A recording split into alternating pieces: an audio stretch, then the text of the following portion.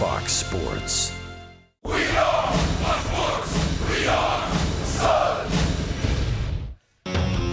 The Rays split their 6-game road trip to the West Coast right down the middle. And tonight, return to the Trop with right-hander Jake Odorizzi going to the Hill versus Josh Reddick and the Oakland A's.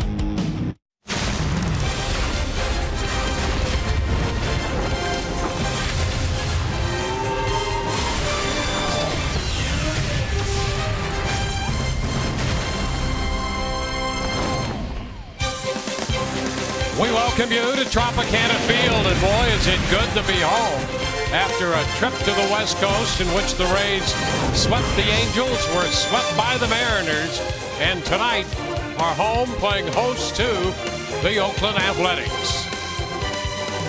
Hi again, everyone. Welcome to an evening of Rays baseball. With Brian Anderson, Dwayne Stats, great to have you aboard in this stretch of 14 out of 17 away from home. This would be those three in the middle of all of that. And the pitching matchup, BA, tonight, right-hander and a left-hander. You could compare and contrast Jake Odorizzi with the left-hander on the hill.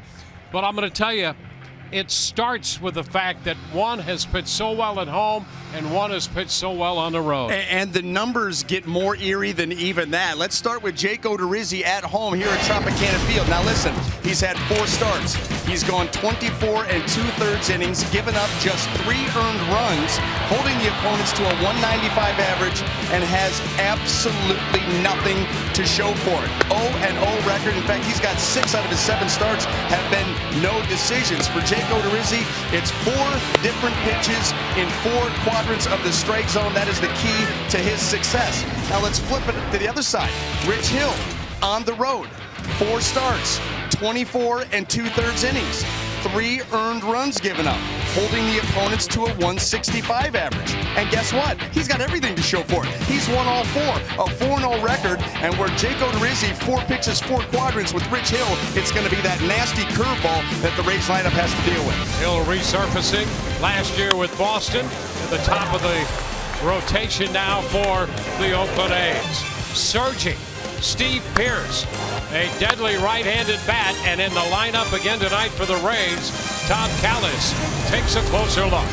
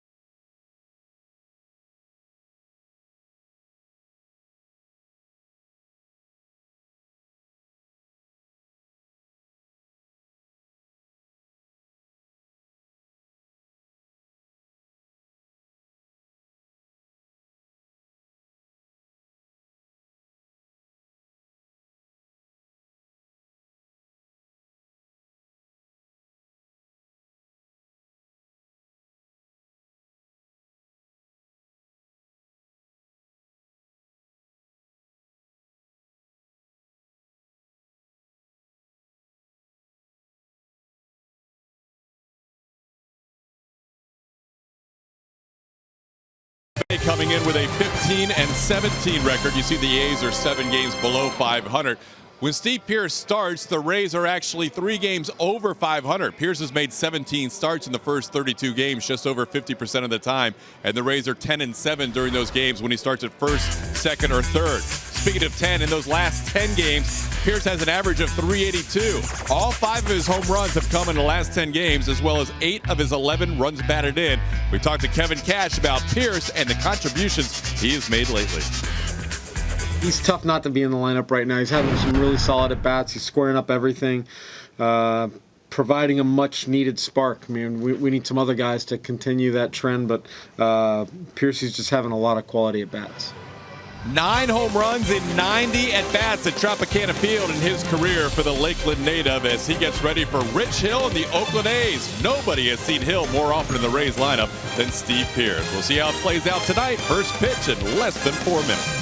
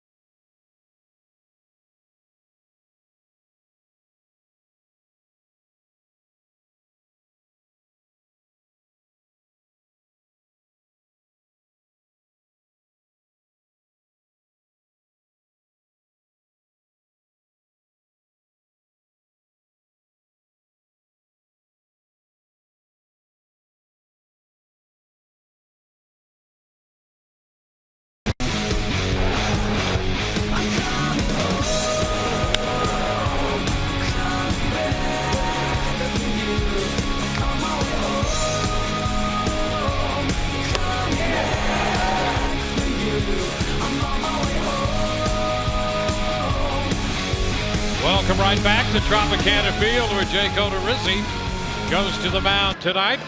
Going to get the Rays off on the right foot in this 3-game series against the Oakland A's. Well, the Rays have been in and around the 500 mark. It's been a struggle recently for Oakland. Let's take a look at the starting lineup presented by your Southern Ford dealers. Coco Crisp is back in action for Oakland. He's leading off in left, followed by Billy Burns, and then Josh Reddick. Chris Davis, the DH. Stephen Vogt, the former Ray, will do the catching. Danny Valencia, just a week off the DL, the third. Chris Coughlin is at second. Yonder Alonso is at first base. And Marcus Semien will be the shortstop, hitting ninth. Well, and for Jake Odorizzi, hopefully this is the night he pitches on the right night, because as you can see, he's got absolutely nothing to show. 7 starts in, an 0-1 record, but a very, very good ERA of 3.10. Doesn't walk a lot of guys, holds that opponent's average down, keeps the ball in the yard. And you hope that Jake can pull out that first win of the night here against the A's. He faces Coco Crisp, the veteran outfielder. And the first pitch of this game is a strike call, a fastball from Odorizzi. That was the ball. So we're underway. 10 minutes past the hour of 7.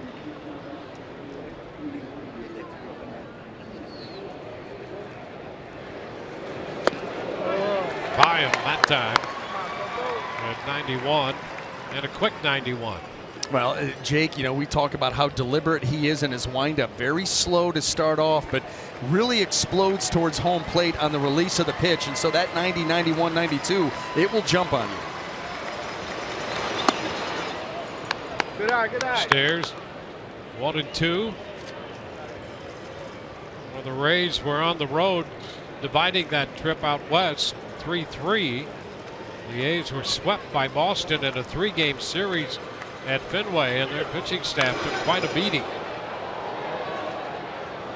Just fouling it away. So Oakland comes in with a 5-game losing streak overall. Melvin, their skipper. They gave up 40 runs to the Boston Red Sox in a 3-game series. They've given up 51 over their last 4 games. Pitch pulled foul. The count is 1-2. Yeah, 11 runs or more in each of the last 4. And there have only been 4 major league teams allowing runs at that pace since 1929.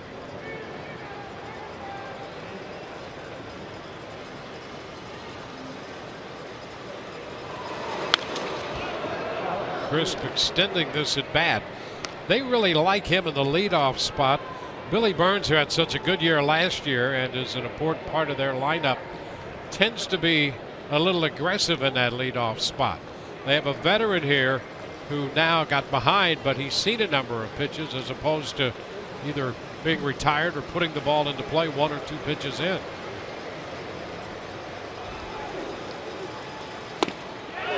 Takes it a little close there. Close. When you see a catcher like Kurt Casale right there hold this pitch, watch him hold it. He just keeps it there. And he is right now letting Brian Gorman know that is a strike. I mean, you see how long he held it there. When a catcher does that, that call was usually missed. And you can see right there it was on the corner. Ground ball to first. Pierce will take it unassisted, and that's the first out. Let's go ahead and set that Rays defense for you here tonight. Brought to you by our friends at Gold and Diamond Source. In the outfield, left to right, Desmond Jennings, Kevin Kiermaier, and Steven Souza Jr. And across the infield, third to first, Evan Longoria, Brad Miller, Tim Beckham, and Steve Pierce with Kurt Casale behind the plate. And here's Billy Burns, switch hitting outfielder.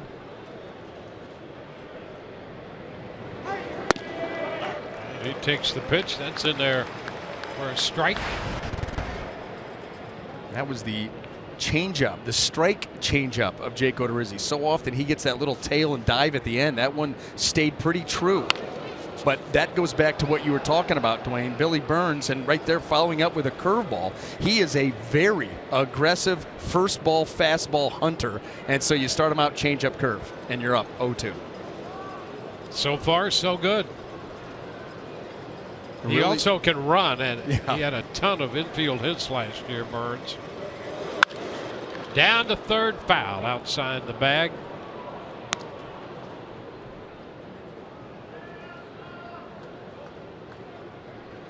Now for this Oakland Athletic team, you kind of got into the pitching, and I'm sure we'll get into it a little bit more, has been struggling so badly for the last couple of weeks, especially in this little stint. But the offense, they've got a number of guys in this lineup that are swinging the bats well right now.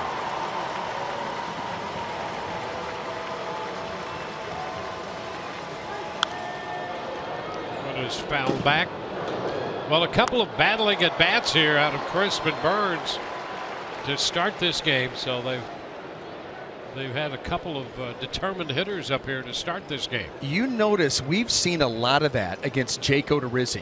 You know, his pitches per inning are up this year over last year, and he's walking fewer than he's ever walked in his career, a career low walk rate. So it's not deep counts and walking guys, it's battling at bats that run the pitch count up on Jake Odorizzi.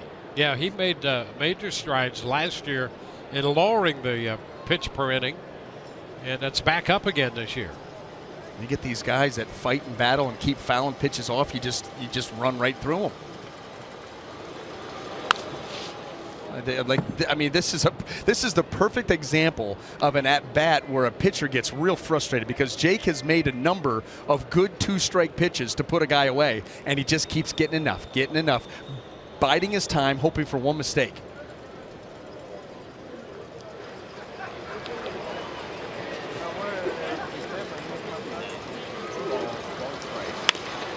And another foul ball down the third base side this time.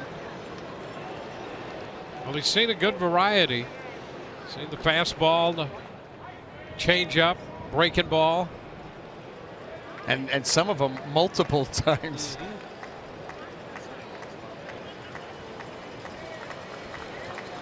Hasn't seen this one. Oh. And that was the one he had not seen, the slider. That's something that Jake's throwing more of this year. Tried to sneak that one down and in, and how he fouled that off, not really sure. We're 8 pitches into this at bat. The count is still 0-2.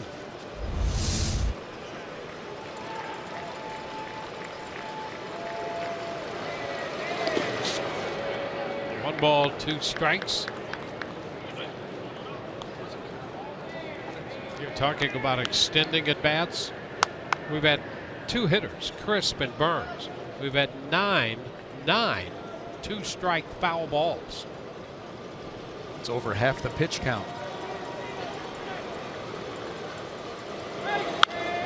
And again, a foul ball. Make it 10. Maybe you just challenge him to a fight right now. You just want to go. I mean, it's pitch counts up to 18 already. Right. And that's exactly the point you were making. Yeah, and guess what? You don't get it under control right away, and it takes innings off of your outing. And it's not because he's not throwing strikes. Pop up, foul ball. That's going to carry into the seats. Souvenir night. I mean, look at this. 19 pitches, 16 strikes. Pounding the zone, and most of the strikes have been quality strikes. They're not just strikes for the sake of it.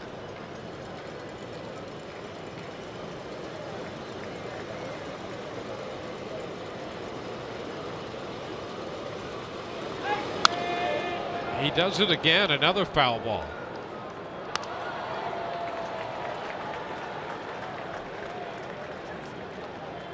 One and 2 the count. 12 pitches in.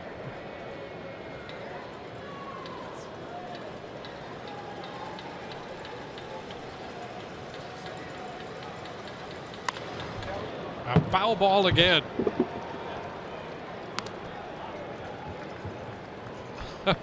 This is getting theater of the absurd. It's a 1-2 count.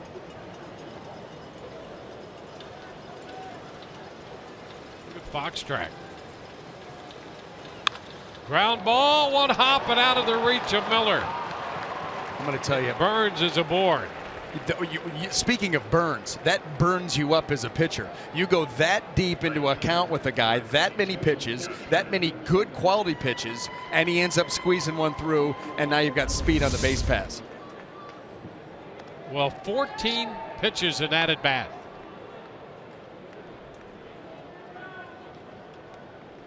What was it, 1 ball? 1 ball. Wow. Yeah, and then, okay, here's a little base hit. I mean, you really want to pick him off. I mean, not just tag him out, pick him off. To start with. Yeah. So here's Josh Reddick. Pitch is upstairs. 11 foul balls in that at bat.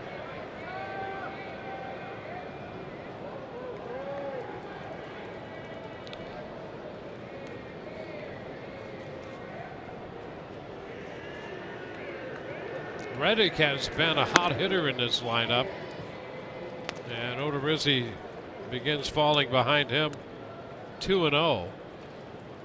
He was hitless in 3 at bats in their game Wednesday, but 15 of 27. The run for Reddick. It's gaudy. Lines it into right. That's going to fall one hop in front of Souza Jr. And Burns advances to second, holds there. And Reddick has a base hit. Well, a little bit of a break there, if you can call it that, on a base hit, but that ball off the end of the bat kind of hung up there. The changeup, see it right off the end, and it hung up enough that Billy Burns had to get a good read on it with good speed. You know, of course, Oakland would like to see him get to third, but because of the way that ball was hit, he could not, and so you still have the double play in order at all with a lot of options. And Chris Davis, their DH, clean up. You've got good power and also a strikeout guy. Takes ball one. Well, you can see right there Chris Davis looking to do damage. That front foot, that front side started leaking up the third baseline. He's looking for something middle in that he can turn and hit for power to the left side. Watch that front side. See if he continues to leak.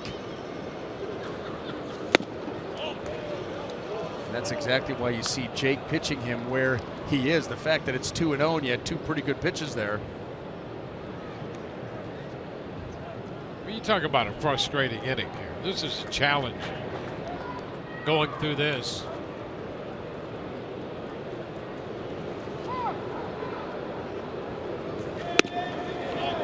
Now it's 3-0 to Davis.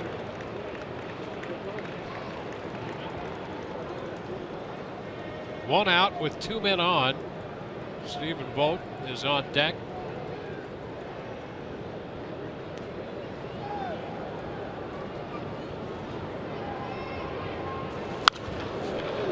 Big cut 3-0 on the fastball. Green light, and he fouls it back.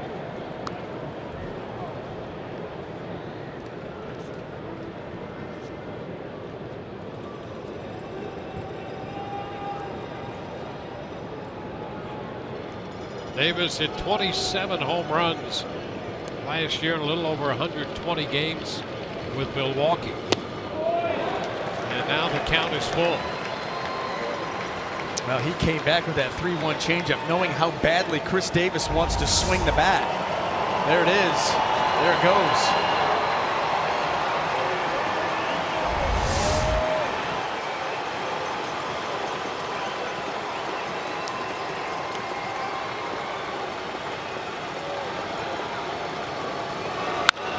And there it goes.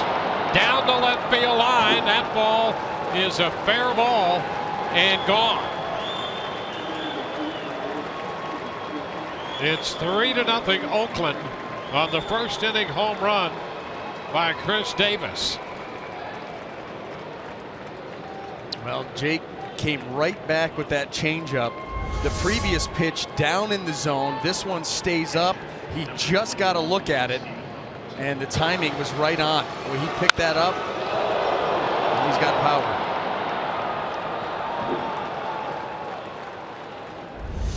So 4 hitters in. Oakland takes a 3-0 lead on the 31st pitch of the inning. And now it's Stephen Vogt. It's a strike. But it almost seems like for Brian Gorman, the plate has shifted. The pitches arm side for Jake that are on the edge or off the plate being called strikes. The ones glove side that are on the plate are all being called balls. Vogt out front. Fouls it out of play.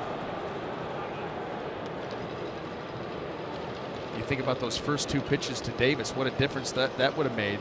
Looked like they were pretty good pitches. You go from a potential 0-2 to 2-0, and now you got to battle again.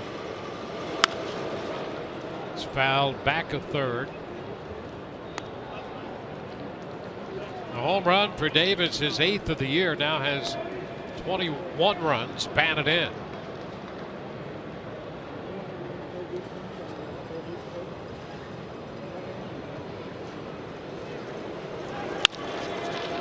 Ground ball left side, that's Longoria. And Vogt hustles down the line, but is thrown out.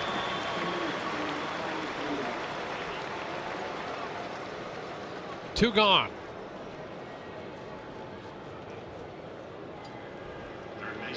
And now it'll be Danny Valencia.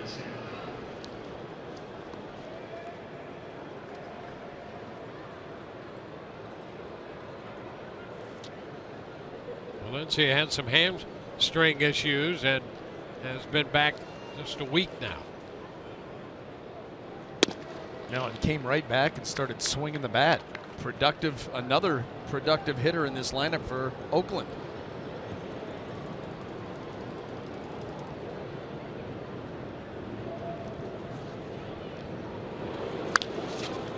Tampa foul. 9 of his last 25 as he faces Jake Odorizzi now. And he's really done a nice job of improving against right-handed pitching. You know, this was a guy that was a platoon type guy facing a lot of lefties, not many righties, but he's gotten better in that area, gets more playing time. 1-2.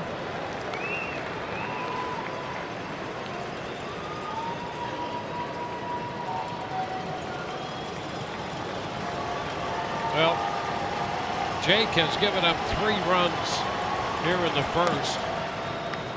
And when you look at his overall season so far, 17 earned runs in the first couple of innings. And 12 of those have now come in the first 1 or 2 innings. He was at about 60% of all runs given up in the first 2. And, well, there you see right there. 8 runs allowed in the first inning over 8 starts. And, you know, he had that start against Baltimore that he gave up 4 in the second. That was the other game that hurt him early. And this one is hit a mile. That one will ricochet off the ring. The C ring, and Valencia has hit his first home run of the year. And I think that one was on the off-speed pitch. It was, and he got out and around it. You know, Chris Davis, Danny Valencia have supreme power, especially to the pull side. And a couple of off-speed pitches, there it is, that stay up, no bite on them. You know, so often with Jake Odorizzi and that changeup, you get that late little action down in the zone. Resembles almost a mini split. And those are staying true and very hittable.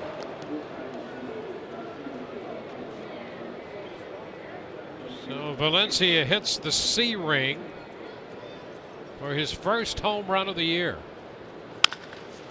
It's a tap by Chris Coughlin down to first. Pierce takes care of that. But 4 runs have scored, a 3-run homer and a solo home run. Rays coming in to hit. Hey Rays fans, welcome back to Tropicana Field as we take on a 3-game series against the Oakland Athletics. I'm your host, Bobby Milliken. So an all-star voting is happening now. We encourage you to vote for your favorite Rays players. Go to RaysBaseball.com/vote. You can vote up to 35 times, or you can pull out your phone, pull out your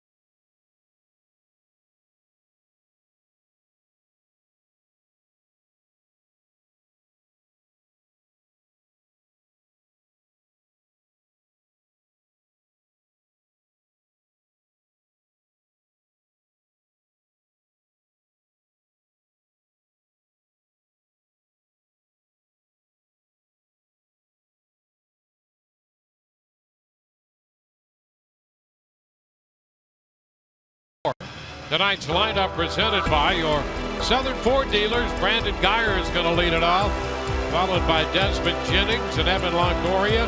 Steve Pearce, Steven Souza Jr., and then Brad Miller.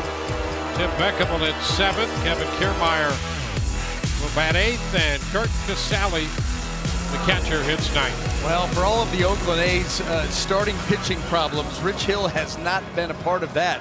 4-3 record, 2.39 earned run average. We talked about how good he has been on the road, 4-0 in 4 starts, and just in his last 4 starts, 3-1 with a 1.46 and holding opponents to a 1.33 average. Well, here's Brandon Guyer. The first pitch is a strike. Well, Guyer has been hit 11 times. Hill has hit 6 batters this year. The odds are 1-3. And the pitch is fouled out of play. It's aggressive. He actually made an emergency first start. Got the word around noon that he was going to start against the White Sox. And on the very first pitch he threw to open the season, he hit Adam Eaton with it. That's a tough one there. First pitch of the year, you hit the guy. You have to be thinking to yourself, really? This better not be any kind of foreshadowing to how this year's going to go. 1-2 on Guyer. Oh, yeah, That was close. He's getting them for sure. Yep.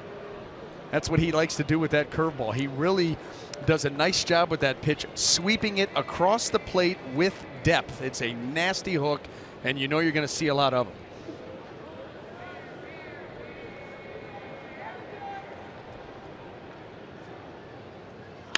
Guyer hits it on the ground to the shortstop Simeon.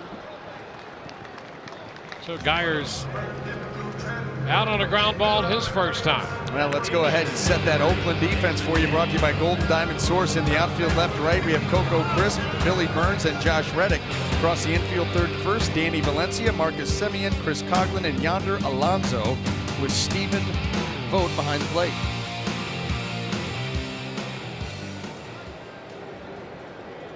Desmond Jennings. That's a ball.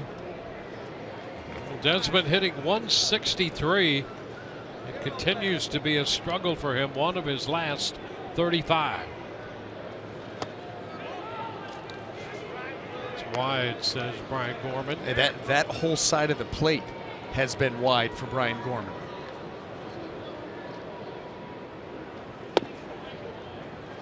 2-1. Came in with a fastball there. 92, 93. That'll be interesting too, you know, with Fox Tracks watching that strike zone, because that's the fastball, the breaking ball down and away from the righties. Both of these pitchers want like that. Hill gets it. 2-2.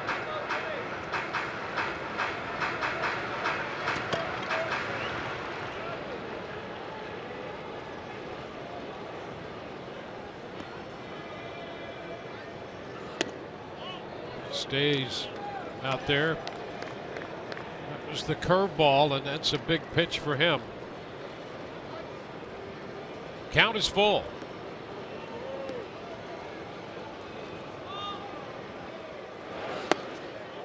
And ball 4. Jennings heads to first.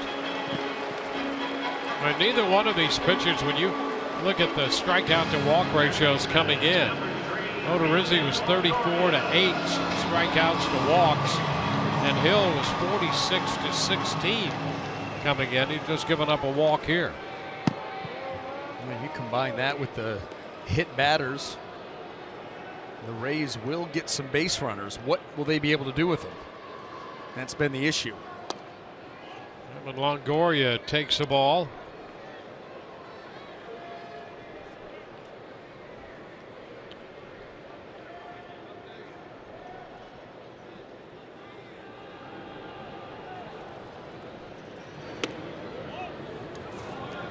It's 2-0.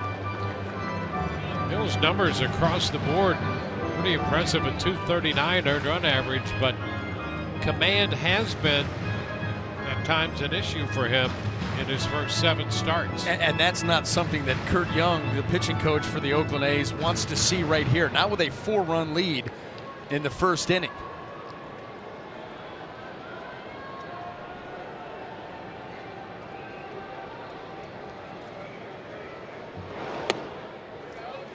Down, ball 3, 3-0. And you can see him searching mechanically to try to find something that's going to allow him to get the ball in the strike zone consistently. So far, it has not happened. And he walks Longoria on 4 pitches. You know, this is an important inning here for the Rays after Oakland scored 4 in the first. This is a team that's really been struggling, and if the Rays can put something on the board here in the bottom of the first, answer what they did in the top, then it negates any positive that this club might have gotten from that. Especially because it's been the starting pitching that has been struggling so badly, everybody except Rich Hill. So now if you see him struggling, that, oh, here we go again mindset comes in, even though you've got 4 runs on the board already. You're absolutely right about that. Steve Pearce takes it for a ball. And he just cannot find a consistent release point. He's missing up, down, in, out.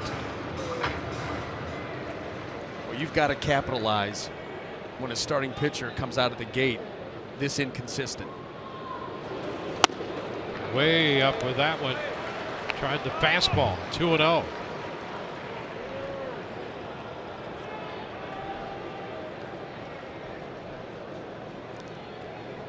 It's 8 consecutive pitches out of the zone. And you can't even imagine what's going on in that mind right now.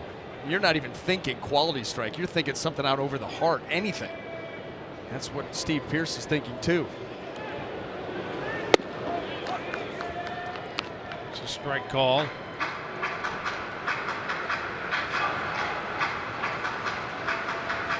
Steven Souza Jr. on deck. 2 men aboard, 1 out.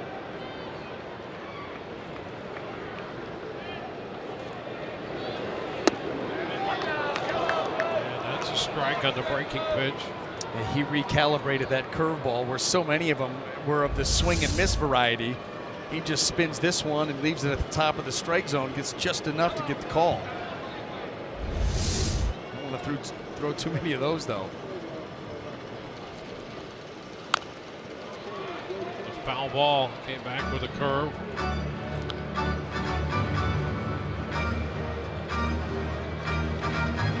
Steve Pearce getting the start at first base.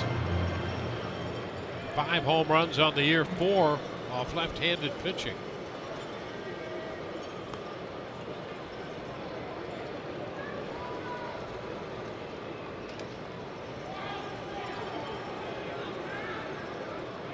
Turn, nothing doing back there at second.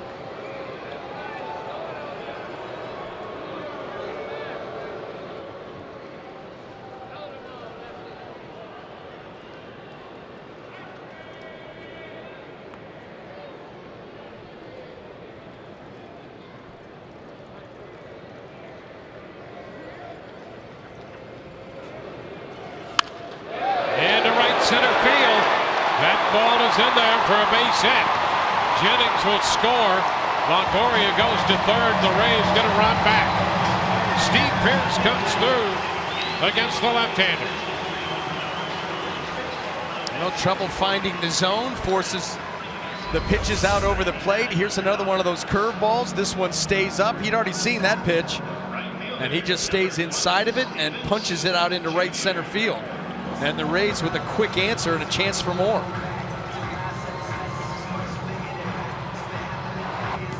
Jennings, who had walked, scores.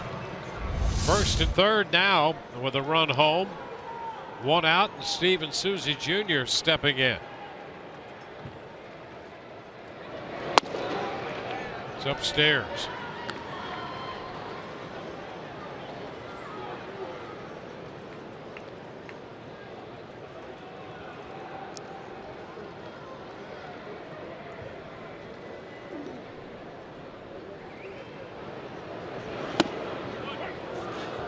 Catches the plate, says Brian Gorman. The shifted plate. 1-1.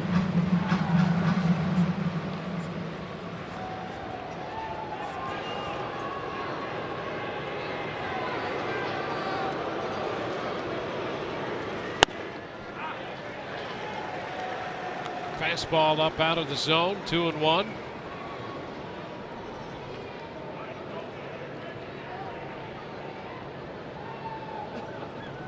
This next pitch will be the 25th of this inning for Rich Hill.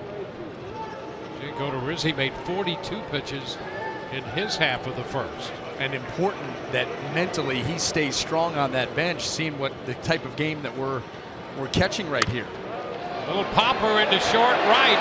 That will fall for a base hit. Longoria scores. Pierce started to go, stop when that ball bounced away from Coughlin, and he makes it to third. Boy, there for a moment, a clean recovery on that by the A's.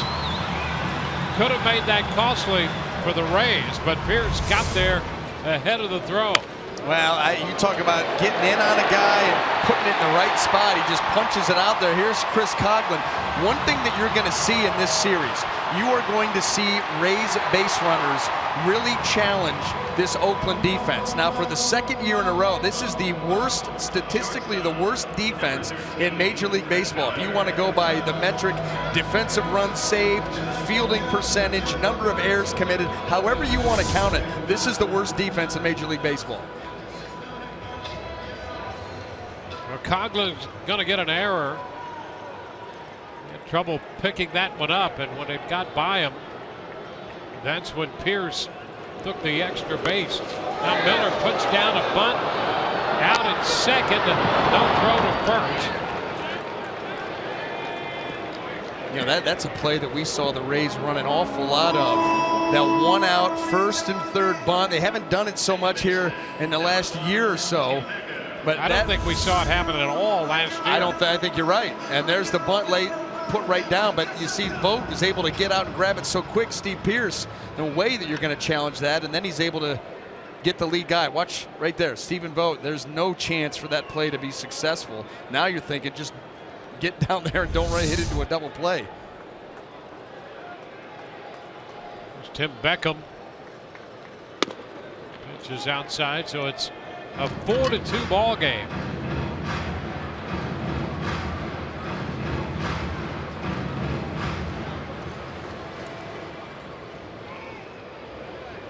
Well, if you pull that play off properly, it's almost impossible to defense that first and third bunt.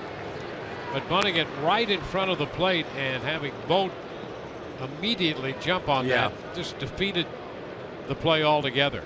You know, I think that I've seen that play not work 2 or 3 times, and it's been because of a tremendously athletic play by the pitcher, scooping it and shoveling it to home. Yep. Never because of that. That bunt just didn't get out there far enough. That's all. Big swing and a miss by Tim Beckham. Beckham gives you that big cut, and we've seen some power from him. He was thinking about trying to power that one out and turn this game around. Rays have answered with 2.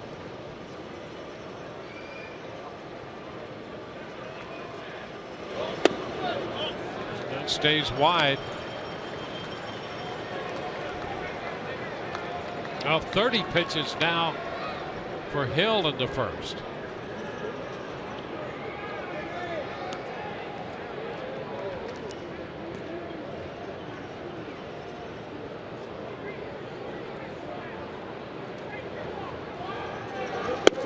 And there's ball 4. So 3 walks in the inning. Kevin Kiermaier is going to be headed to the plate. And the Rays have the bases loaded. Miller pushed up to second on the walk to Beckham. Pierce the runner in third. You know, I think that after what happened to this team in Boston, they've lost 9 out of 10. They were utterly destroyed in Boston over a 3-game series. And even though they hold the lead right now, I bet the feeling in the dugout is, uh-oh. Yeah, and you know, Rich Hill is struggling. Just the body language gives you that impression. It has absolutely no idea where the ball's going right now. Kevin Kiermaier. And that's a strike. Kiermaier connected to right center field in the 9th inning of the game Wednesday in Seattle. His 4th home run of the year. Ground ball to second. Coughlin's got it. And the throw to first in time. Rays send 8 men to the plate. They score 2. At the end of an inning, it's 4-2 Oakland.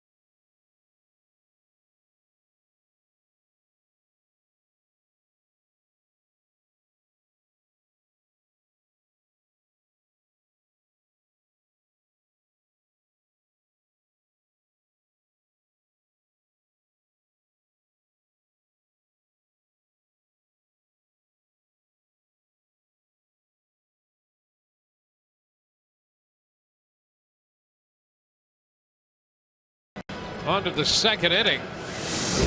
Greater coverage of baseball brought to you by T-Mobile.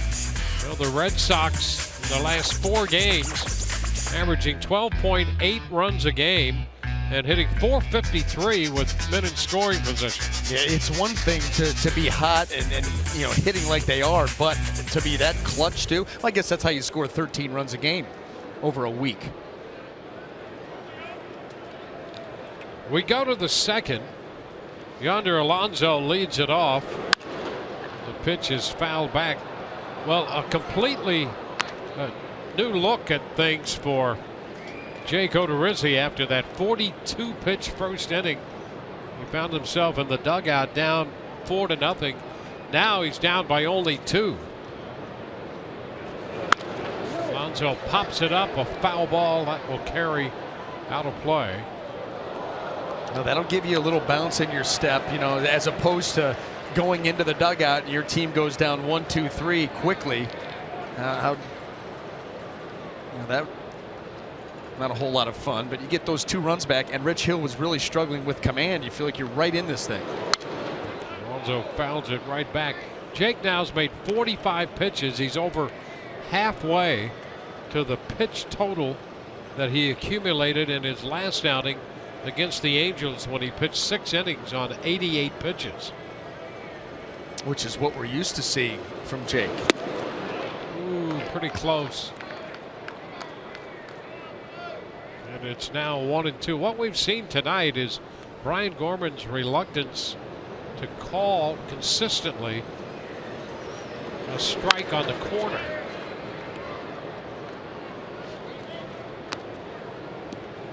Still 1-2 on that foul ball. Yeah, I would say right now Brian Gorman's strike zone is under construction. Has not been established at all. And if it has, you're going to get some guys arguing before too long.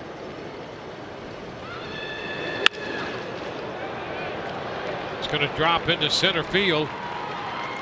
Kiermaier makes the pickup, but Alonso has a leadoff single. We'll check in with our leadoff guy, Todd Callis. Todd, what's up? Well, Dwayne, speaking of leadoff guys, normally the leadoff hitter in the Rays lineup is Logan Forsythe. He was expected to be back tonight after being hit by this pitch by the King, Felix Hernandez. Got hit right around that left shoulder blade, the scapula area, and you could see he was still favoring it even though he stayed in the game, running the bases. Then when he went out to the field in Seattle, just couldn't continue as he was lifted from that game. He and Kevin Cash were hoping he'd be back by tonight, but even with the off day yesterday, still some awkward sensations there in that upper left shoulder area, so they're going to give him another night tonight. We'll see where he is tomorrow, guys. Well, if there's any way he can play, he will be in there. But if it's going to be to the detriment of the club, then he's not going to play. And that really was how he determined it. You know, when he went out to the field trying to field ground balls and realized that it was going to be a negative for the team because he just couldn't do it. Well, we saw that one ground ball he tried to backhand. He couldn't squeeze the glove. Yep. And now, you know, Todd's got him diagnosed with awkward sensations. Hopefully they go away soon. Come on. I thought that was a musical group from the 70s. It may be. A base hit the other way. Simeon has a single, and Oakland with the first 2 men on here in the second inning. These are the types of games that you normally do not see the Rays involved in. Pitching is typically way too good, but Oakland right now, they've extended some at-bats. They've battled. These last 2 guys have been able to punch in a couple of soft line drives into the outfield, and they threaten once again. Well, they have the top of the order up now. Go Chris, and he bunts first base side, rolling. Nobody to cover. They're going to have to let it roll, and it's a foul ball. Boy, Rays were fortunate there. Very. And a smart play by Pierce, because when he was making the decision, Coco Crisp was getting ready to blow by him, and you see the side spin on the ball. At this point, this is your only play, and you're just begging, begging, begging. I got it right, and he did. You could see it heading that way. Yeah, they had nobody on the receiving end at first to even try to make a play, and meanwhile, Crisp motoring down that first base line. So fortunately for the Rays, that ball rolls foul.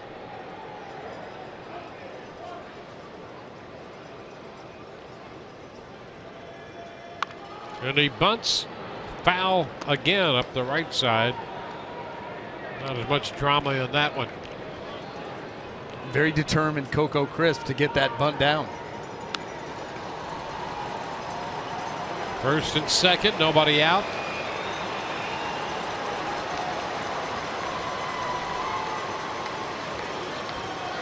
Well, Oakland figures they've got a contact man next, trying to get runners over to second and third.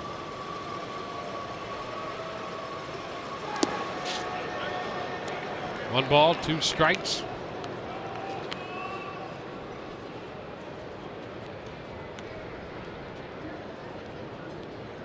Billy Burns, he had that long at bat in the first inning and finally got a base hit. Set up the inning.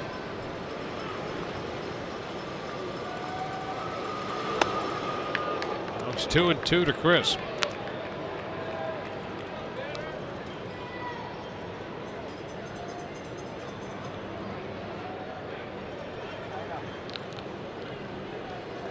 Four-run first for Oakland. The Rays answered with 2. We're still only in the top of the second inning. Rizzi starting his second time through the Oakland order.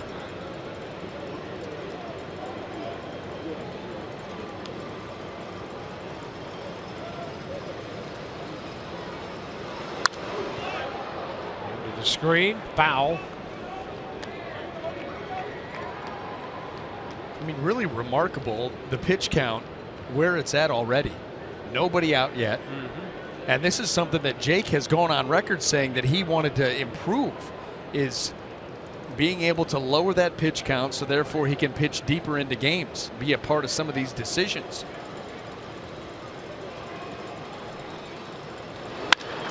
Fly ball, center field. Kiermaier there to make the catch, and the runners will hold at first and second. Kiermaier getting himself into position where his momentum was directed. I think he actually lost sight of that ball in the roof. You could see the sense of relief when he caught that. He came in, you see him taking that deep breath. Watch him right there. It kind of loses it, and now he's coming in. I thought for a minute there that he was deking. Then you could see him kind of take that deep breath like, oh, man. So Crisp is out of there. Here's Billy Burns, who had the 14th pitch at bat in the first. The pitch is down and in. I don't even recognize Kevin Kiermaier without his eye black. Dana Evelyn, the lefty, getting up already. Bullpen busy in the second inning. Are we sure that's even him?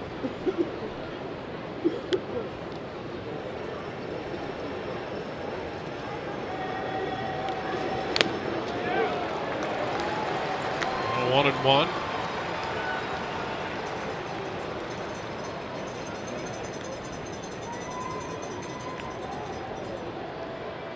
Burns extending his hitting streak with that first inning single.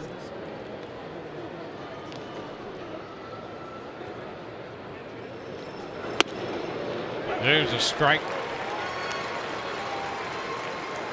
1-2.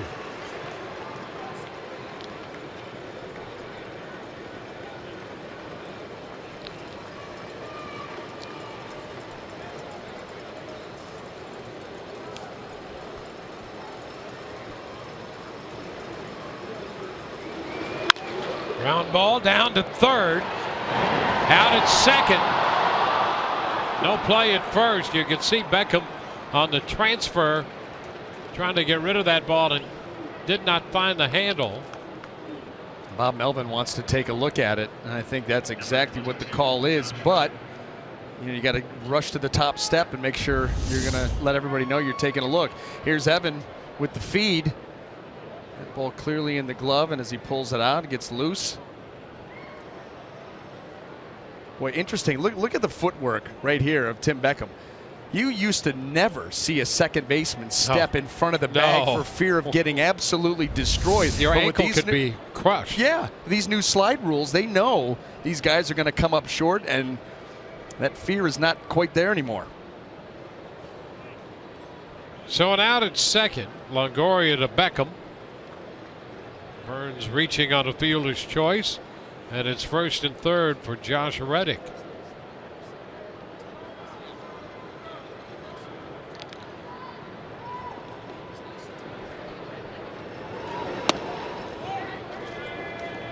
The ball, no strikes.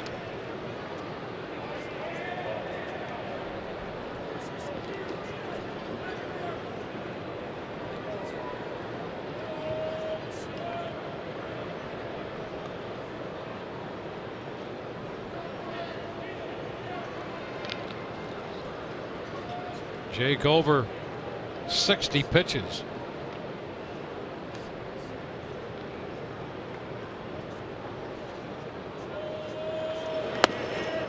Upstairs 2-0.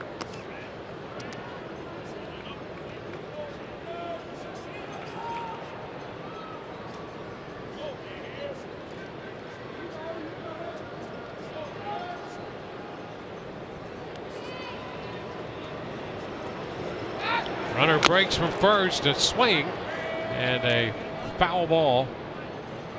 A little piece of that fell at the feet of Casale. Burns was on his way to second base.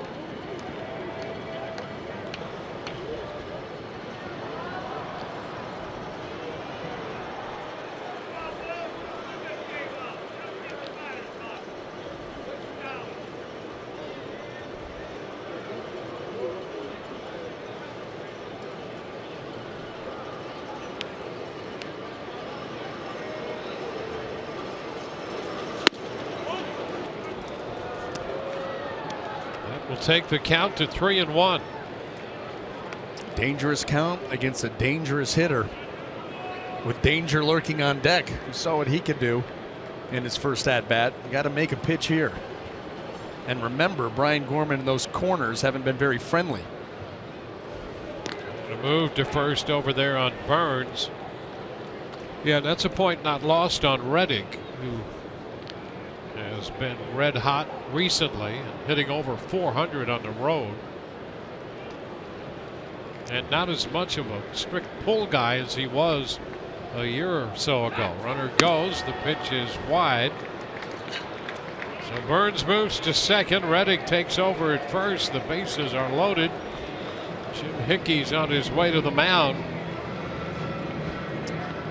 Well, you're going to go out there, try to settle Jake down, give him a few pointers here on Davis on what do you want to do with him. Remember what we saw from Chris Davis in his first at-bat. Early in the count, the front side leaking up the third base line, looking for something middle of the plate, middle in to drive. Jake fell behind him, was able to get it back to a full count on a 3-1 changeup, and then the 3-2 changeup stayed up, and that was the pitch that he hit out. So the second changeup he saw in a row, he hit out.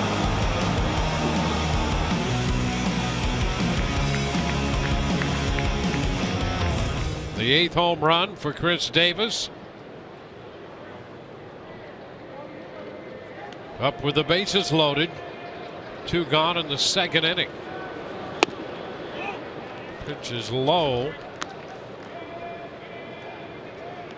Foxtrack liked it right around the bottom of the zone.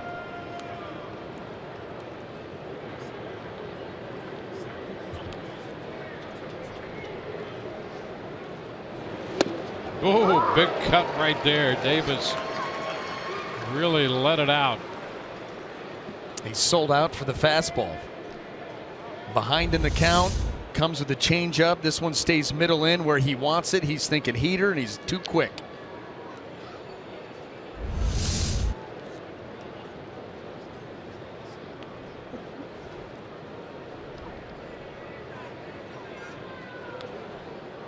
Well, Davis has now homered 5 times in his last 9 games and hits this one into center field.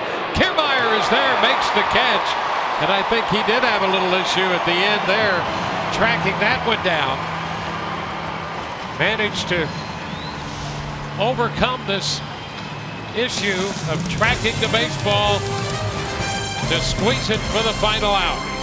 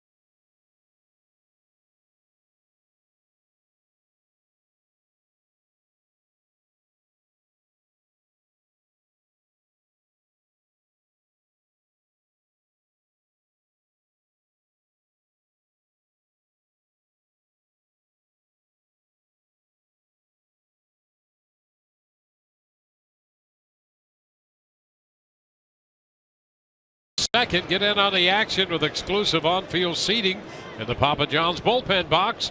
Host your group of 50 to 85 in this private party area and make long-lasting memories.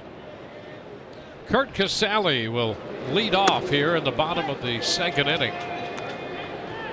A ball, no strikes.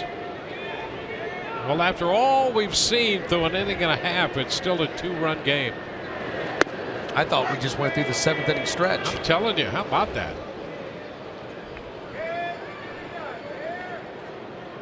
Oakland scoring 4 in the first, the Rays back with 2. Oakland loading the bases and leaving them that way in the top of this inning.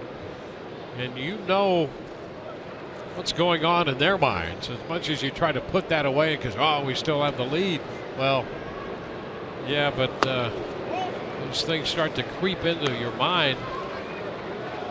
And now it's 3-1 here. Yeah, you've got Casale. It still has not been able to make the adjustment.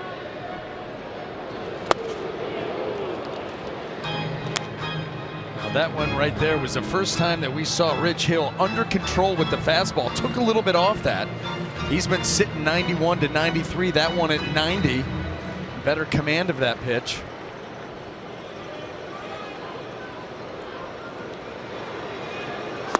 And Casale is called out on strikes on the 3-2 breaking ball. That was. And Casale has a parting word or two with Gorman. We talked about it last half inning. If this zone continues to be this inconsistent, Brian Gorman is going to start getting some ears full.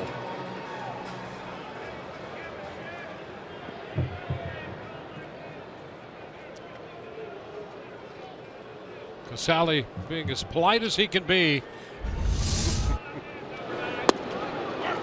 First pitch to Geyer is a strike.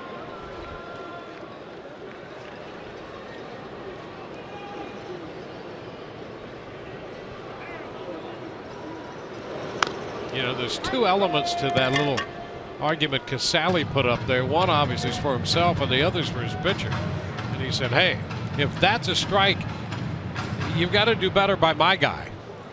Give him a break like that. We shall see. It's one of those nights so far. Stairs to Geyer.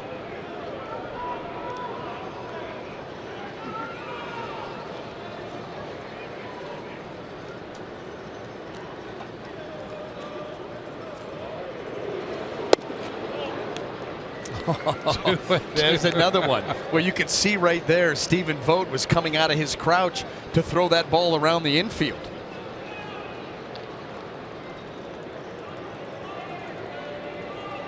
Everybody's going to be guessing here tonight.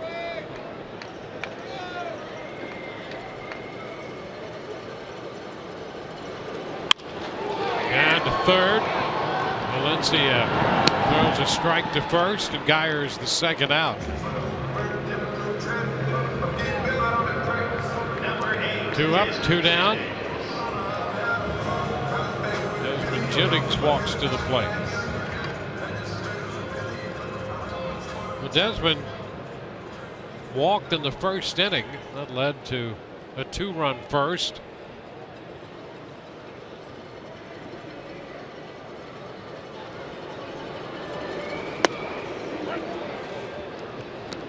Strike.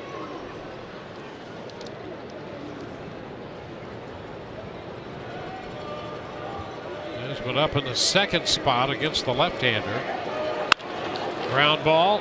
Simeon at shortstop is there and makes his throw. So a strikeout and a couple ground balls. We're headed into the third, 4-2 Oakland.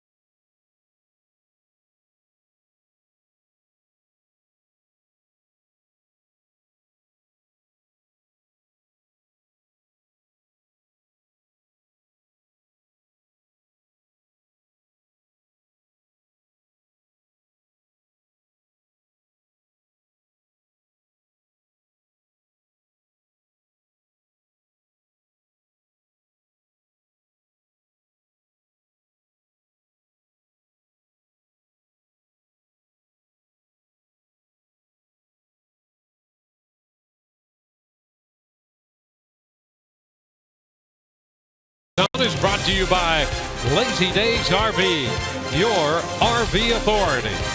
By Jeep, visit Jeep.com. By Bright House Networks, visit BrightHouse.com. And by your local Toyota dealers. Let's go places. On to the third inning we go. Stephen Vogt takes the pitch for a strike, shorts on the bat with just Longoria, the lone defender, on the left side. Rays employ the shift against Vogt.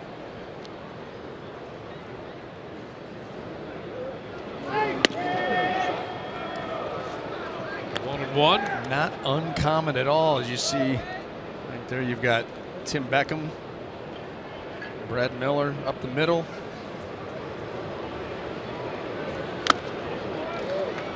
Two, Steve Vogt, an all-star last year. He had 18 home runs and batted .261.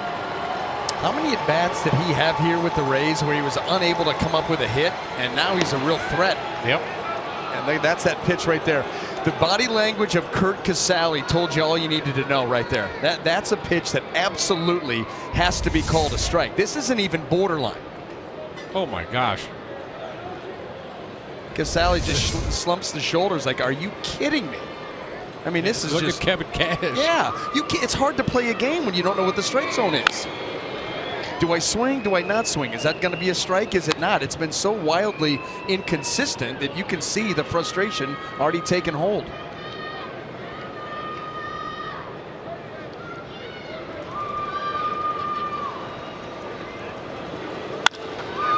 Fly ball.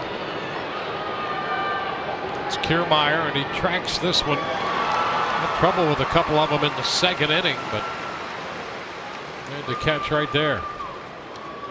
So Vogt is retired, and that'll bring up Danny Valencia. Number 26, Danny Valencia. But one out into the third. 75 pitches made by Jake Odorizzi.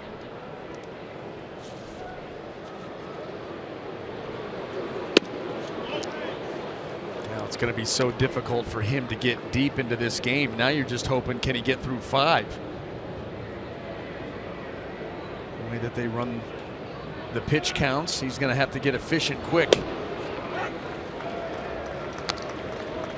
1-1. Well, it's been difficult. Number one, you have to do it. Number two, you have to know how do you do it, and that's a little tough to figure out tonight. It's foul right back. Out of play, and it's 1-2.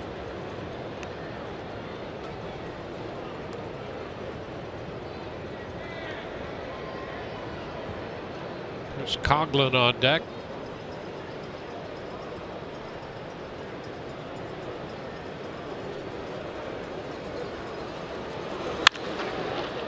Fly ball into right. Souza Jr. a little to his left. 2 outs. 2 up, 2 down in the third for Coughlin. Well, this is the one thing that Jake Odorizzi can do, is kind of bring some normalcy back to this game, at least on the Rays side. Continue to apply pressure offensively, have a nice quick inning here, and get right back after Rich Hill. It's been an odd first couple of innings here tonight.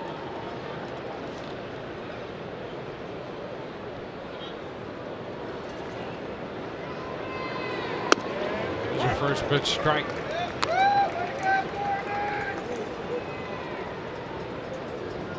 Coughlin ended the first with a ground ball to Pierce.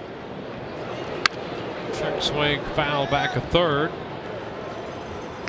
2 strikes.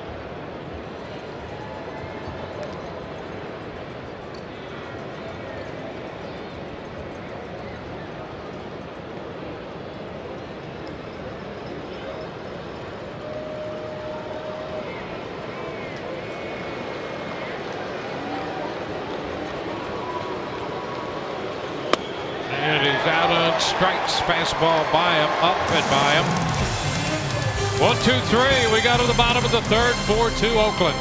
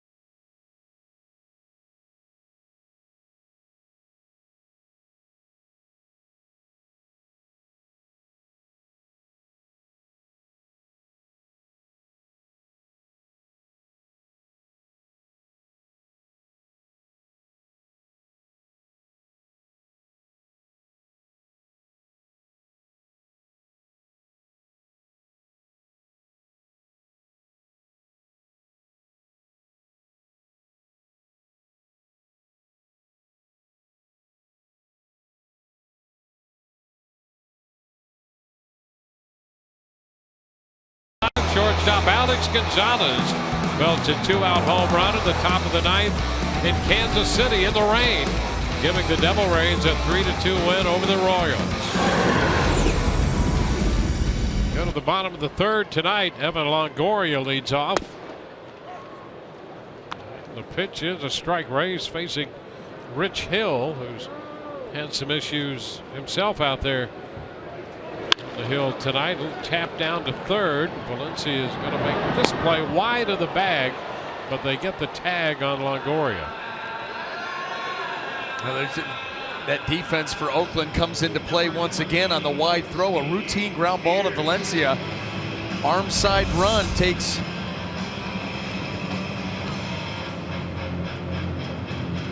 Yonder Alonso right off the bag, but he's able to get that tag into the chest of Longoria.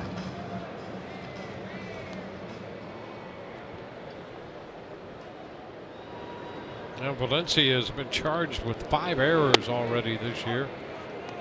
And a strike to Pierce.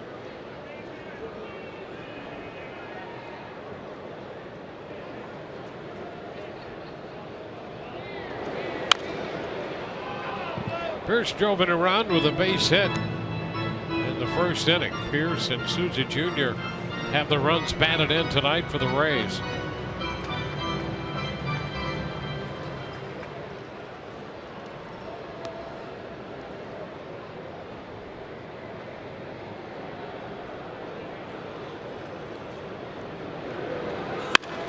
Ground ball to third. Valencia up with this one. Throws in time. Well, going back into the second, that's 4 consecutive ground balls.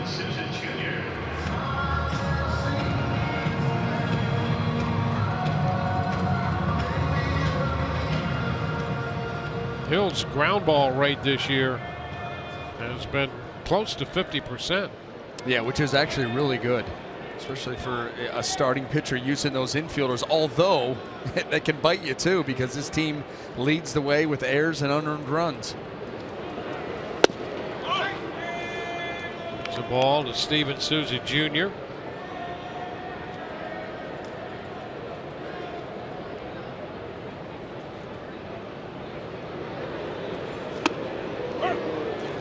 It's a strike. You know, Simeon at shortstop last year made 35 errors. And if you'll recall, it was about this time, I think, here at the Trop last year when Ron Washington joined Oakland. That's right. And made Simeon a special project. Washington coaching third now. There's the strike. And they've been pleased with Simeon's development. In fact, if you look at the metrics, he was a +5 shortstop last year, despite 35 errors. Strike 3 call. Souza Jr. caught looking to retire the Rays. Second strikeout for Hill. We go to the fourth, 4-2 Oakland.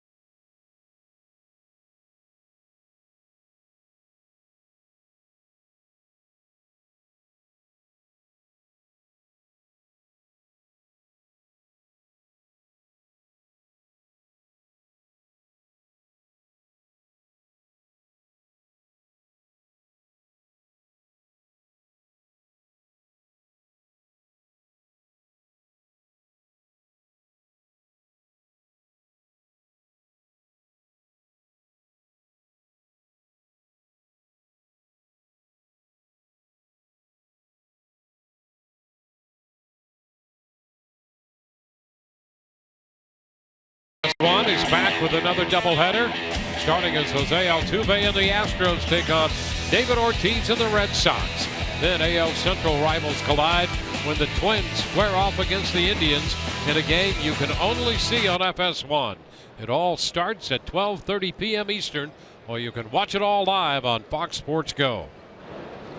Yonder Alonso, who singled in the second inning, leads off by pulling a line drive foul beyond the bullpen down the right field side for a strike. Alonso dropped a base hit into center field to start the second.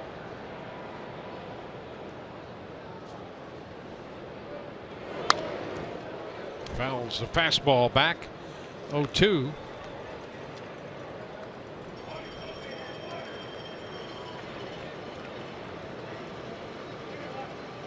Alonso spending parts of 4 years with San Diego. Hit .282 last year with 5 home runs in just over 100 games. And that base hit in the second inning gives him an 8-game hitting streak now. Another one of the hitters that's been getting it done and kind of goes by the wayside and is overshadowed because of the pitching staff and how poorly they've been performing, losing ball games. It really doesn't stand out, but he's quietly put together a nice streak. He's a guy that he likes to get his arms extended, prefers the ball down in the zone. You feel right here that Jake Odorizzi go right to the top of the zone with that heater. And he gets him up there, strikes him out. Got him to chase. You look at some of these matchups for Jake and you say, you know what, a guy like Yonder Alonso, who's a good low ball hitter, is going to be susceptible to this.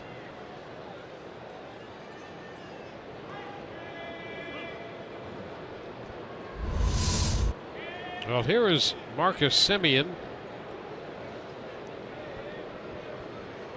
Beckham shifts to the shortstop side of second base from his normal second base position.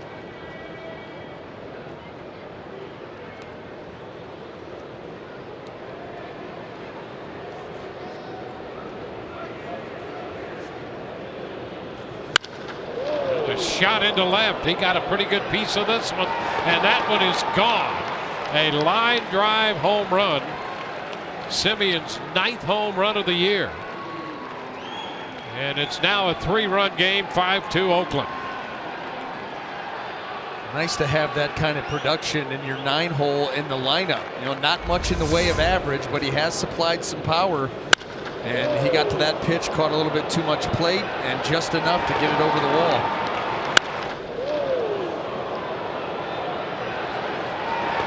Third home run of the night hit by Oakland.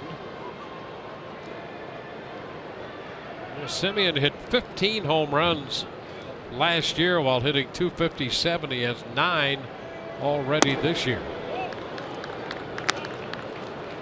1-0.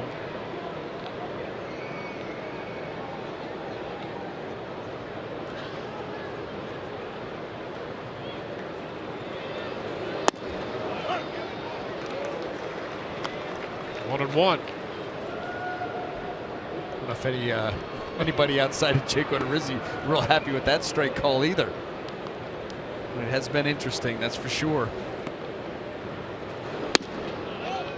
You know, it has been, and when you look at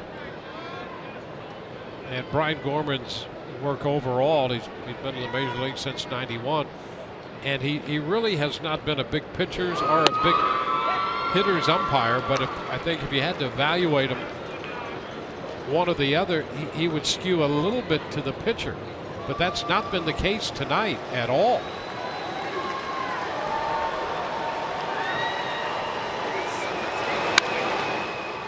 High popper. It's Miller out of the shift taking care of that. Coco Crisp is retired. The umpiring and the game itself goes a long way in the Gorman family. His dad, Tom, pitched in the big leagues and then was an umpire. I wonder who he trended towards.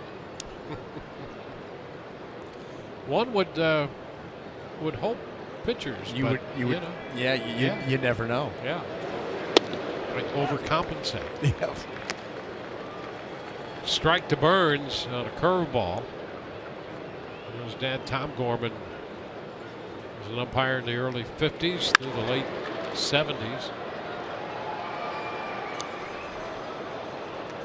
0-2 the count. I'll tell you what, as an umpire, I mean, you've got to be on point. You know what I mean? You cannot take a pitch off. The game down on the field moves at such speeds, and you're making judgment calls constantly. Popper toward the line, back to third, foul, and Longoria handles that. Solo home run adds to the lead. It's 5-2 Oakland.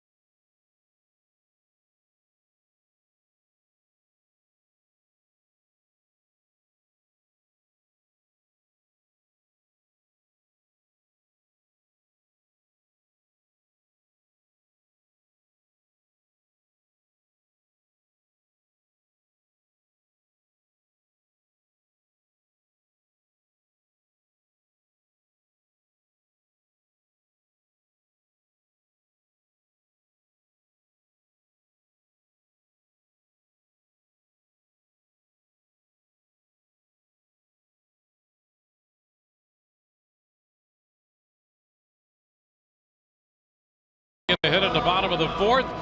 MLB.TV Premium, the #1 live streaming sports service, delivers everything you've come to expect and more. Watch every out-of-market game live in HD on over 400 supported devices. Blackout and other restrictions apply. So visit MLB.TV for details. Well, the Rays got a couple back in the first, nothing since. And here's Brad Miller fouling that first pitch back, strike one.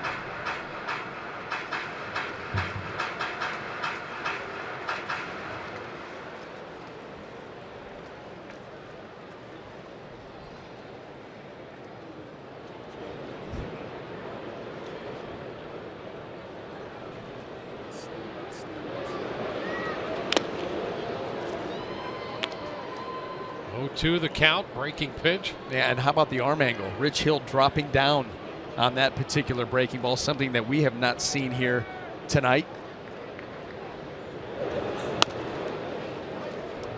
Upstairs, 1-2. The Rays saw Hill in the starting assignment last year with Boston. Pitched 7 shutout innings, gave up just a hit and a walk, hit a couple men in that game, and recorded 10 strikeouts. He was on line last September against the Rays. And by the way, I looked up the 2 hit batters, and one of them was not Brandon Guyer. I don't know how that's possible, but it was not. It must not have been in the lineup. A little tapper foul. Yeah, I mean, and Guyer's grounded out twice tonight. I mean, defying all odds, not being hit by a pitch. He's been hit 11 times. Hill's hit 6 batters.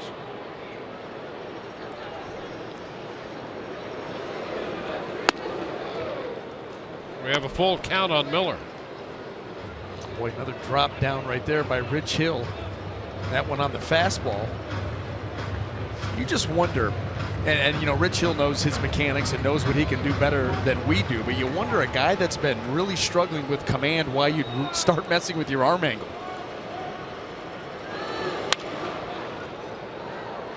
He fouls Miller, fouls a breaking ball.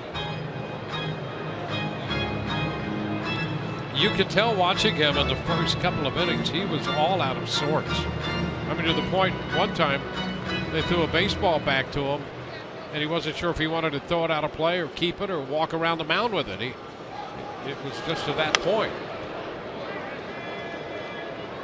I thought I saw him lecturing it. Yeah. Why don't you do what I'm thinking you should be doing here? Go to your home. You know, go to your.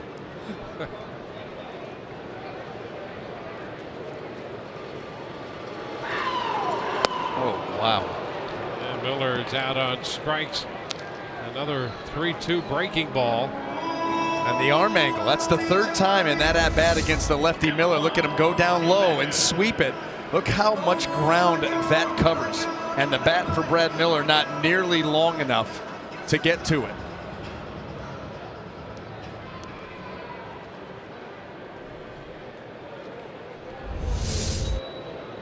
Did you see the way that shot it was? Right the way the arm contorts to make that pitch move that much. Beckham swings and misses. You see the arm, and you see the arm contort, and then the hand with a little added English on the hand even. Well, watch him sweep it. He's going to go down low. Oh, man. You wonder why elbows go and why they get sore.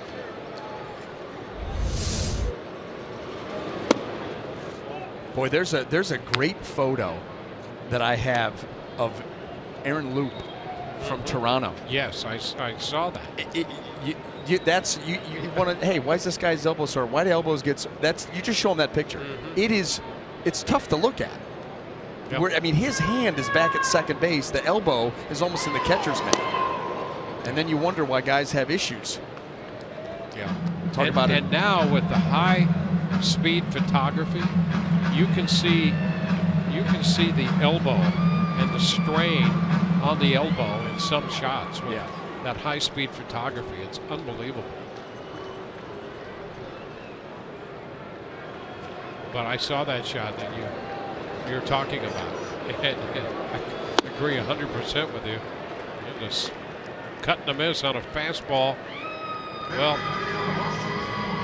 it had the breaking ball in the first 3 strikeouts, and a couple of them were called. Then the curveball and a swing and miss by Miller. Now the fastball getting Beckham.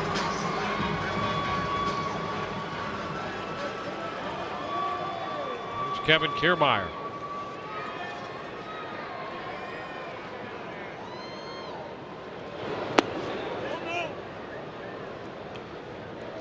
A ball, no strikes.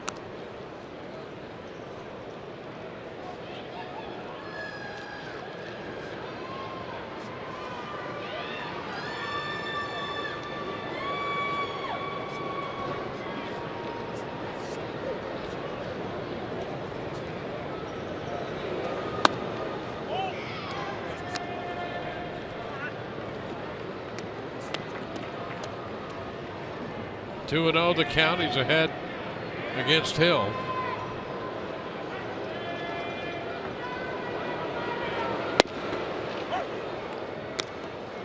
Two and one.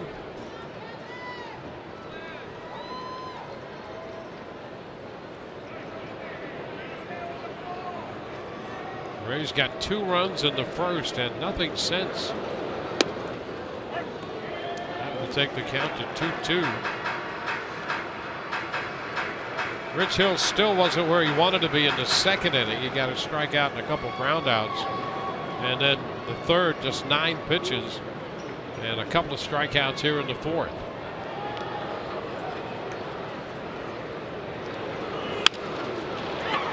Fly ball. Lazily looked it into left, and Crisp is there. 1-2-3. Go the Rays, and we head into the 5th. 5-2 Oakland.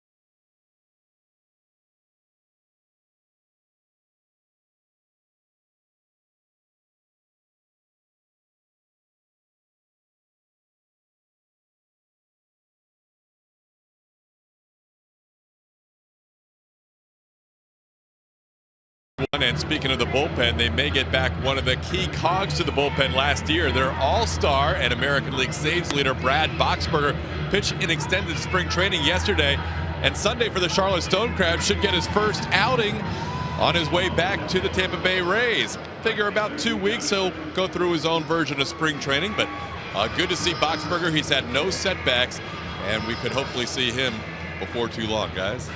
That'd be great to have him back in the bullpen and give the Rays some depth and options along the way.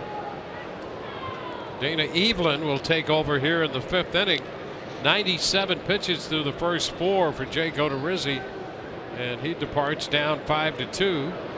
Evelyn facing Josh Reddick. The pitch is a strike.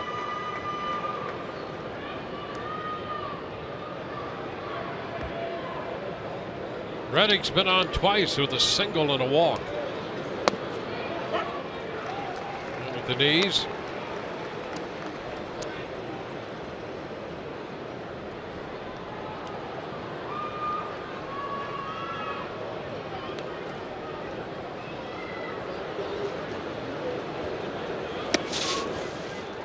Ball 2 strikes. Well, it's time for the Rays to piece this one together. The bullpen's going to be worked pretty hard here tonight. Got some ground to make up too.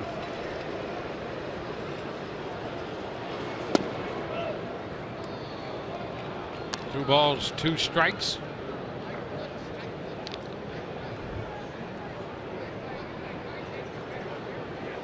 Chris Davis, who opened the scoring with a first inning 3-run home run, will be next. And a big swing, and Reddick is out of there. He's retired for the first time, and the first out in the 5th. Dana Evelyn, he can use that breaking ball a couple of different ways. He can start at middle of the plate and run it off, or he can start it in off and run it to the middle, and it causes a hitter to quicken his swing up just a little bit. You get a little bit out of sorts and come up empty.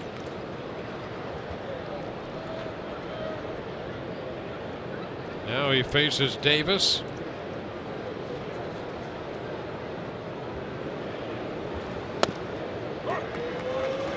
And he takes a strike. Evelyn spent parts of a couple years in 08 and 09 with Oakland.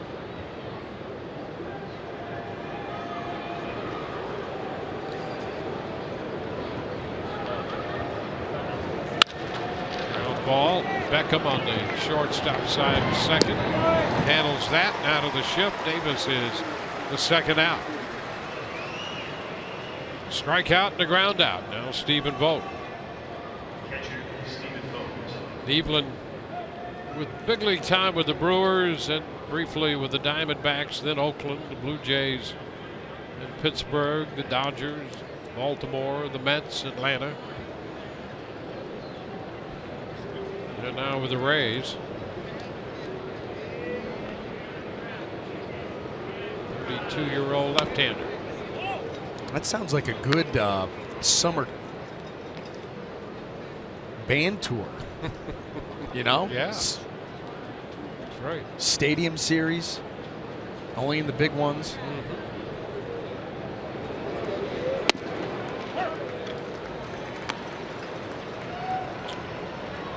Yep. You open in Milwaukee. Take the show to Phoenix, Oakland. And it's good. Then you hit Atlanta and then St. Pete. Yeah. It's perfect. 2 balls, 2 strikes to Vogt.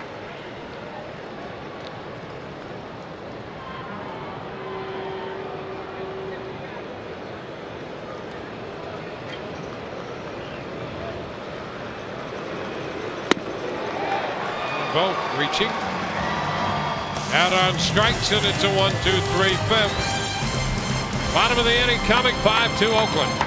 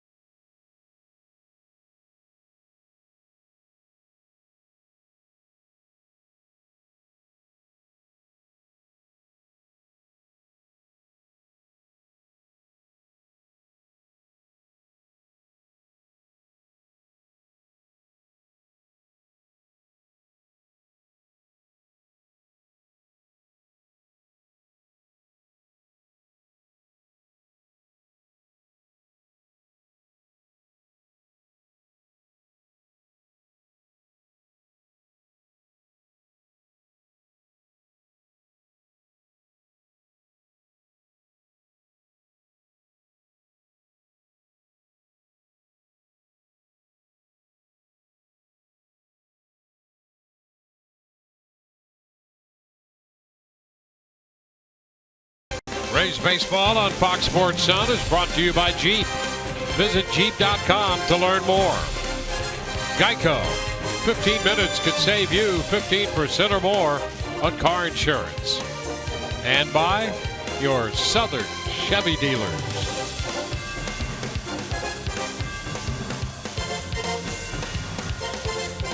Bottom of the 5th inning, the Rays are down by 3 runs, 5-2. They're facing Rich Hill, 36-year-old lefty. And the first pitch to Curt Casali is in there for a strike.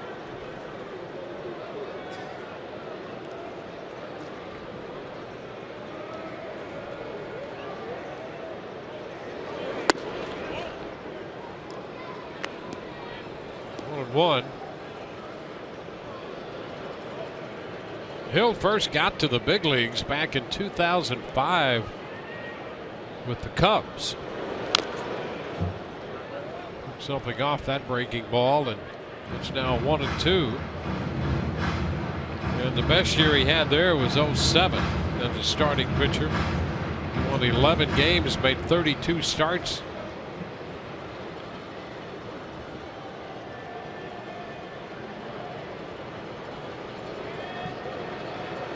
Next year, 08, that's a foul ball. He had 4 separate stints on the disabled list, and things just spiraled from there. With back issues, among other things. 2-2. A short time with Baltimore in 09. And sporadically with the Red Sox over the next 2 or 3 years. With the Indians in 2013 out of the bullpen, made 63 appearances. Fly ball into right. Reddick with plenty of room. And Casali is out of there. Move the lineup over another time, and Brandon Guyer due. The Toyota keys to success. Guyer's last 16 games hitting .388 and hit by a pitch 10 times in that stretch. And look at the on-base and slugging percentage. There you go. Factor in the walks, the hit by pitch, the extra base hits. You know, Brandon Guyer's one of those guys that has been just quietly going about his business. He's been productive, and in a lineup where the Rays are looking to, you know, put guys out there, ride the hot hand, be able to have that ability to score runs, he's earned himself more and more playing time. Well, here's a great opportunity for him, and so far he's making the most of it.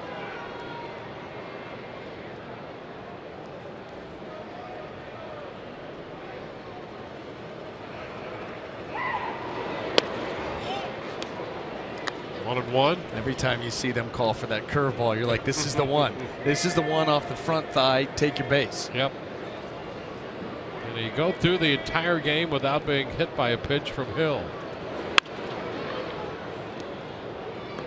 1-2 as he fouls that one.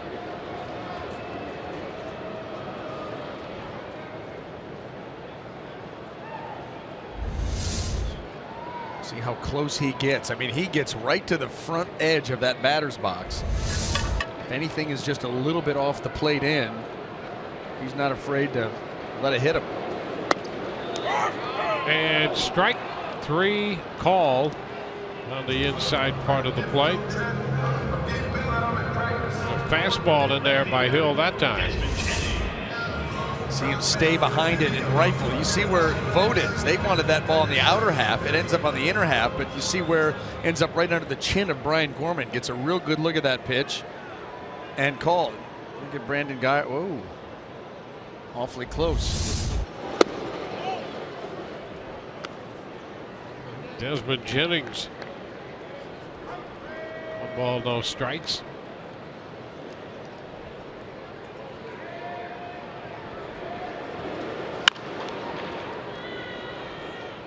Charlie Montoyo on the pickup down there. Desmond 0 for 1. He walked and scored in the first.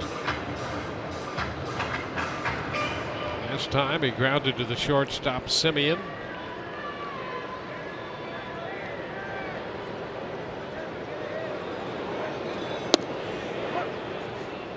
That's a strike. 1-2.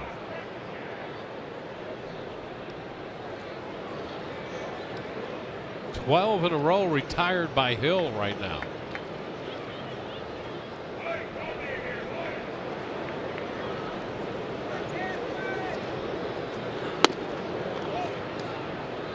It's 2-2. Well, he's quietly come back and got himself into some better counts. Better job of commanding the strike zone. And that's what's allowed him. That's the danger with Rich Hill. If he does find it with his stuff, he can go through these stretches. Count is full. Base runner, base runner. You got some power coming up behind Desmond.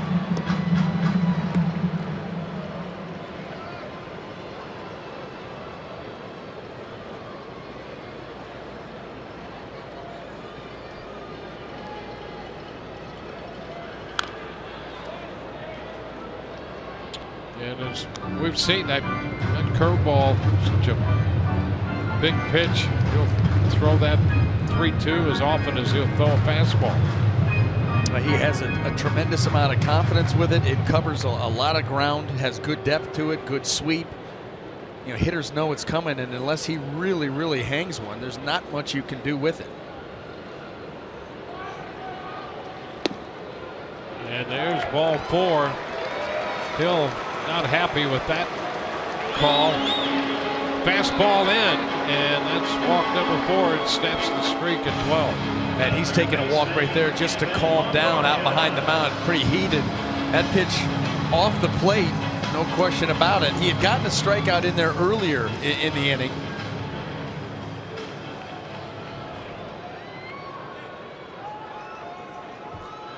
Well, the walk gets Evan Longoria to the plate.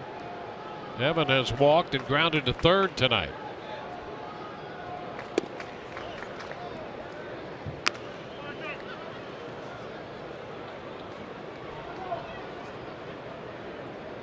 Ball, no strikes.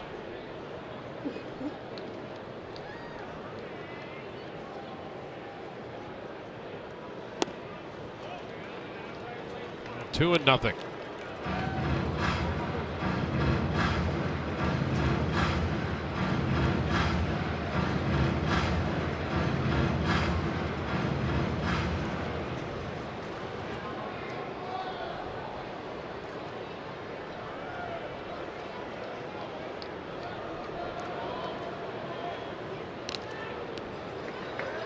Jennings back in. Remember, Hill last year, start of the year at AAA in the Washington Nationals organization, and then he finished with 4 starts in September for the Red Sox, one of those against the Rays. And based on his performance, signed with Oakland, a 2-year deal, a big part of their rotation. 3-1. The fastball in there for a strike.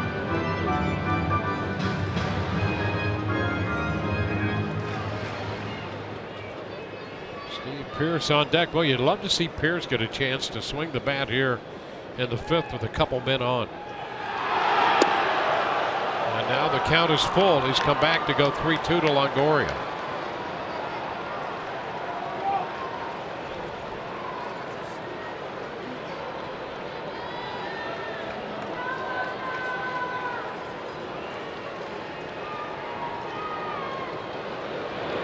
And it's fouled. So we'll see another one.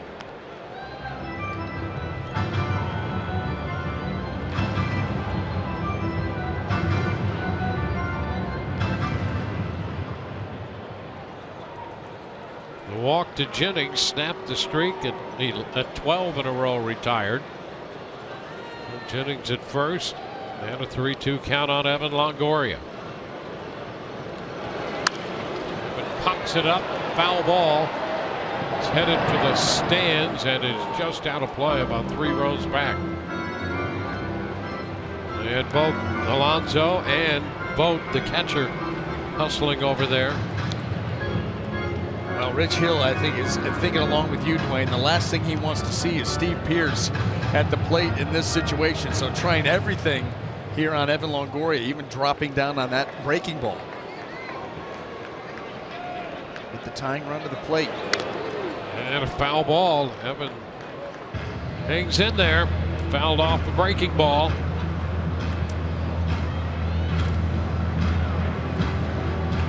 It's 98 pitches for Hill. He's hit 106 in pitch count 3 separate times this year. 3 his last time out in Baltimore.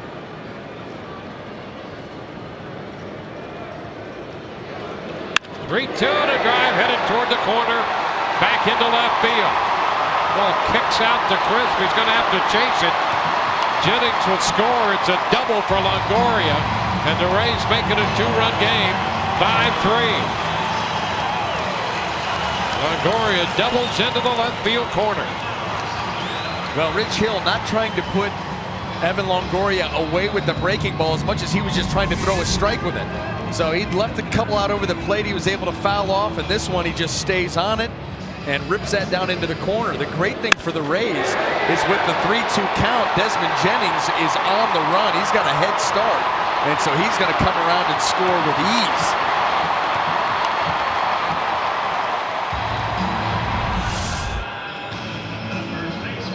Well, after a visit from the pitching coach, Kurt Young, Hill will face Steve Pearce.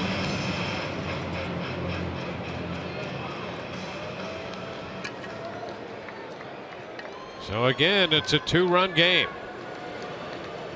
Pearce singled in a run in the first.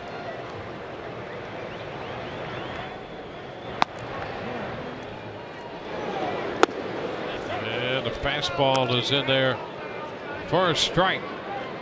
Fernando Rodriguez throwing in the bullpen. Just has a handful of pitches under his belt. 0-2.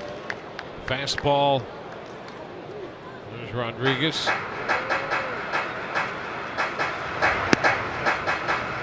Rays only have 3 hits, but they have 3 runs.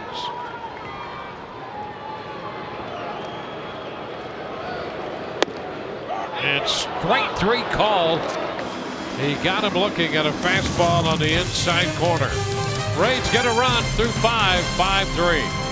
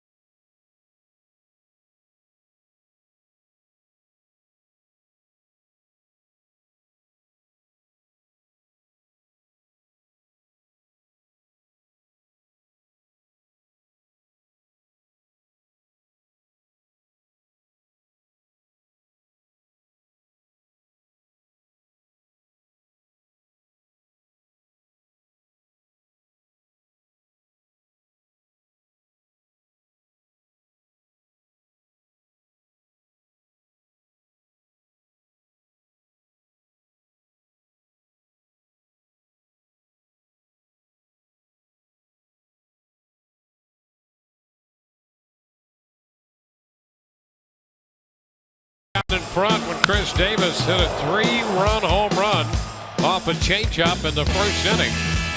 Jake Odorizzi also touched for a home run, a solo shot by Danny Valencia on a changeup off the C-ring. Rays got 2 in the first. Steven Souza Jr.'s base hit scored Desmond Jennings and Evan Longoria. Marcus Semien lined a home run. In the 4th inning, and the Rays on the double by Longoria in the bottom of the 5th scored their 3rd run, so it's 5-3 as we open the 6th. Dana Evelyn in relief of Jake Odorizzi. Danny Valencia, the hitter. Valencia drives one deep to right. Souza Jr. is going to run out of room. An opposite field home run for Valencia. His 2nd home run of the night. And just like that, Oakland again regains a 3-run lead. Well, that didn't take long. No, demoralizing home runs from Danny Valencia. When the Rays close within 4-2, he pushes it to 5-2. Rays close 5-3. He now pushes it back out another run. That's a big home run from a big man going to the big part of the field the opposite way.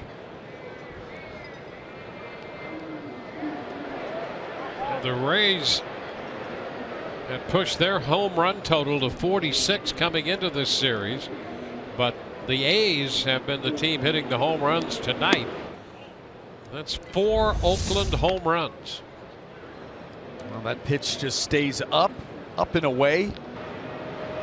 Full extension. You see the little hitch, the leg kick, and the drive.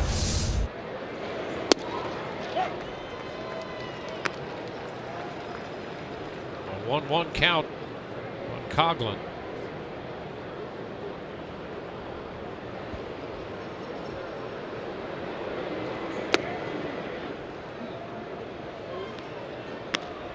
Two balls and a strike.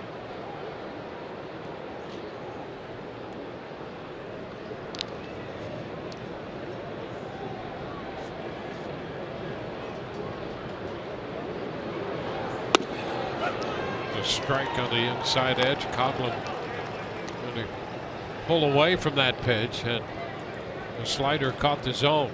Yeah, that's that second slider that he'll throw. He'll start it at the hitter, at his front hip, and break it to the middle. So tough to pull the trigger on.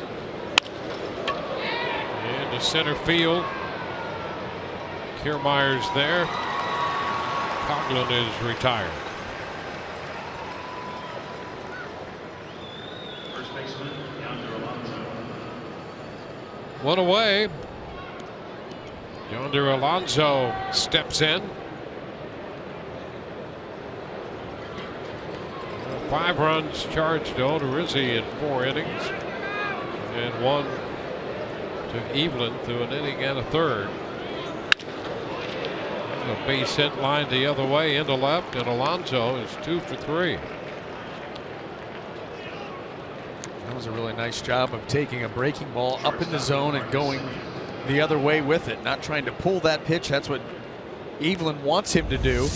Try to pull this pitch, but just let it come into the zone, see him wait on it, and then explode late and go the other way.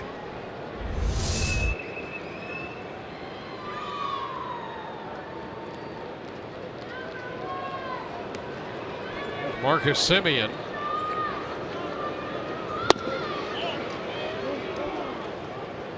And that's a ball. So Brian Gorman.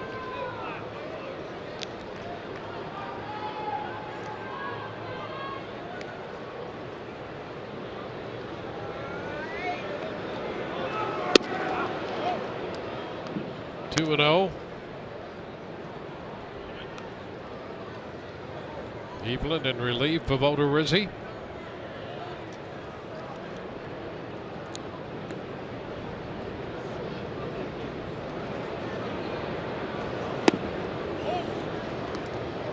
He is behind 3 and 0.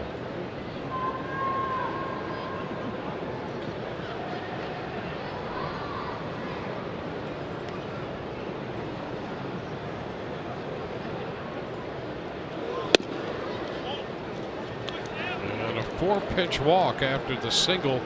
So Alonso's forced up to second. On a walk here to Semien. 1 out with men at first and second for the top of the order. Well, the bottom of the order here. Evelyn had a really nice 5th inning, couple of strikeouts and a ground out to the heart of the order. And then all of a sudden the home run by Valencia, base hit by Alonso. Semien in the 9-hole walks on 4 pitches. And that gets Steve Geltz up.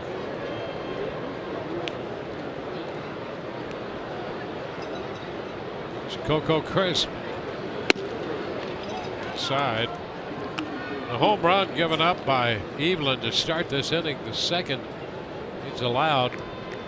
Michael Saunders hit one off him here at the Trop at the end of April. Valencia hits one out to open the 6th inning tonight. Fly ball to center, then the base hit, now the walk, and here's a 1-0 count on Crisp. Crisp 0 for 3 tonight.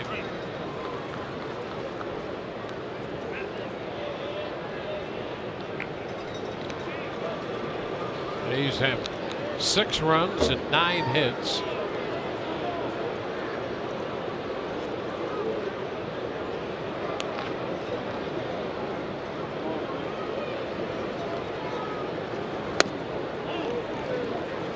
Two and one.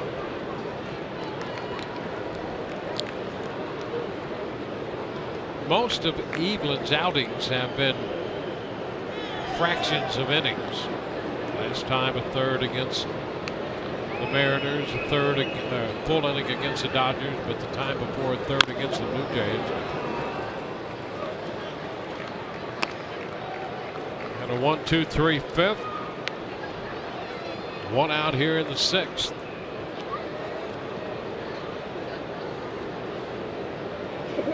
He's got 4 innings from their starter Jake Odorizzi tonight. The bullpen needed to cover some innings. Foul ball, and the count holds at 2-2. Well, that first inning, really in many ways the undoing of Odorizzi and the Rays to this point. It was a 42 pitch first inning. Oakland A's scored 4 times, hitting 2 home runs. Runners go. Pitch, a swing and a miss. Throw to third. Oh, safe at third base. Getting in there, Alonso with his first stolen base of the year. Kevin Cash is going to want to take a look at that because it was bang bang down there. A good breaking ball puts away Coco Crisp, and Casale up and out with the throw. And it looked like that foot did get to the bag just ahead of the tag. Close down there, but both runners move up on the double steal. 2 outs for Billy Burns, who will be hitting from the right side this time. Ground ball grabbed by Beckham, floating the throw to first in time. A run scores on the Valencia home run. Bottom of the 6th inning coming, 6-3 Oakland.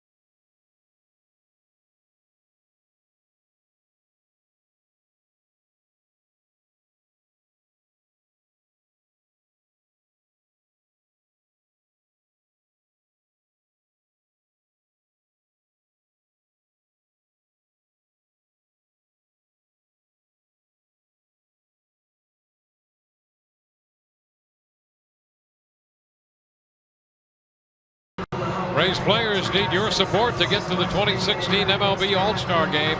Go to RaysBaseball.com/vote to submit your ballot for all your favorite Rays players. Kiermaier, Souza, Longoria, Dickerson, and Forsythe.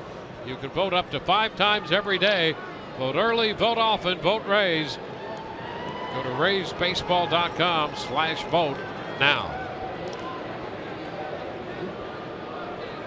Steven Souza Jr. with a run batted in tonight will lead off here against Rich Hill back out there on the mound. Hill had hit 102 pitches through the first 5. Miller next, and then Beckham due.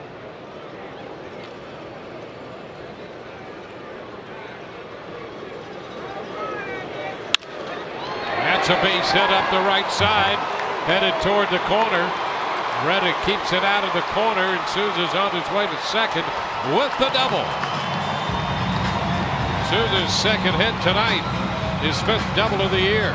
Well, Souza Jr. going the other way. Ray's not going to go quietly. It seems like every time they make a run, the A's are able to answer, and here the Rays come right back. Middle in, stay inside it. That ball, look at him let that pitch get into the zone, shoot it the other way, and an immediate threat here in the bottom of the 6th. Brad Miller 0 for 2. He went 3-2 and then was caught looking at a curveball. Bounces this one to the right side. Coughlin makes the play to first, and Souza Jr. advances to third. 1 out with a man at third in the 6th. Get him over, get him in. It's the name of the game right here. Now, Tim Beckham is due up for the Rays with a walk and a strikeout tonight. Kiermaier looms behind him. A's do have a right-hander up in the bullpen.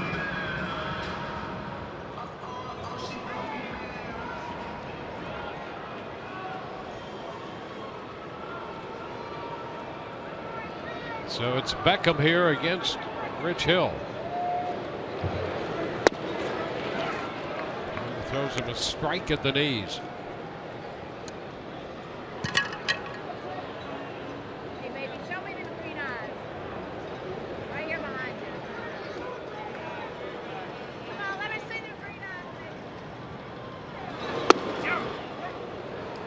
Fastball 0-2. Just 2 challenge fastballs, and you wonder what Tim Beckham's looking for. Got the runner at third. 2 hittable pitches right out over the plate.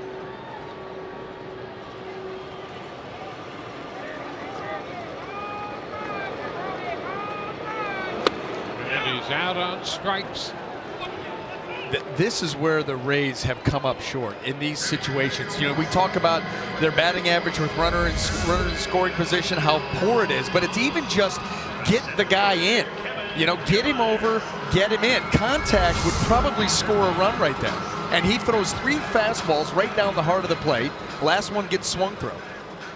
And just, if you're going to win tough games like this, those things can't happen. It's a frustrating part of the offense. Here's Kiermaier. And it just seems to rear its ugly head far too often. Bob Melvin staying with Hill throughout this inning with Miller, the left-handed bat, and Kiermaier's left-handed bat. And it's 1-1. Kevin 0 for 2 tonight against Hill. And his effectiveness against left-handed pitching has been an issue. He's got to get back to thinking up the middle approach, so he hangs in there. You know, when Kevin hangs in against lefties, then that's when, you know, he will have most of his success. You know, you hang in, you use the middle of the field, the pitch is away. You've seen him with the ability to flip it into left field. 1-2 there on the curveball.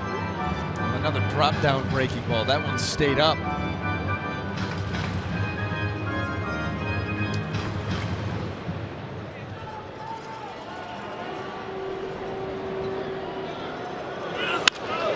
It's a high fly ball into right. Reddick with a lot of room makes the catch. And the Rays get the leadoff double and leave that man at third base. They leave one, do not score, and we're headed into the seventh. 6-3 Oakland.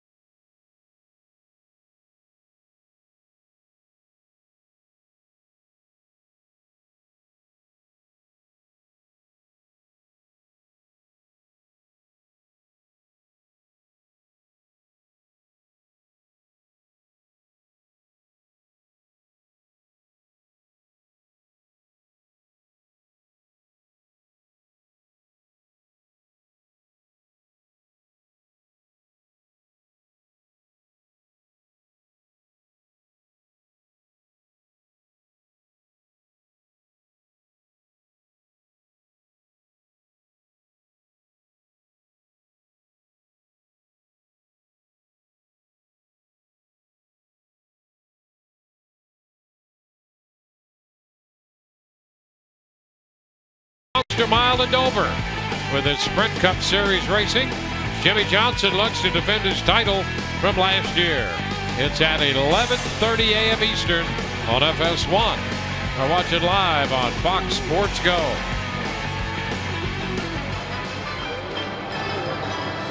Steve Geltz will go to the hill now for the Rays, their third pitcher. 4 innings from the starter Jake Odorizzi. 2 innings from Dana Evelyn, and now it's Steve Geltz. You know, he is on for the 13th time, 11 1/3 innings of work. An opponent's average of 214, and well, you just got to continue to throw up zeros and hope that the offense comes around here late in the game.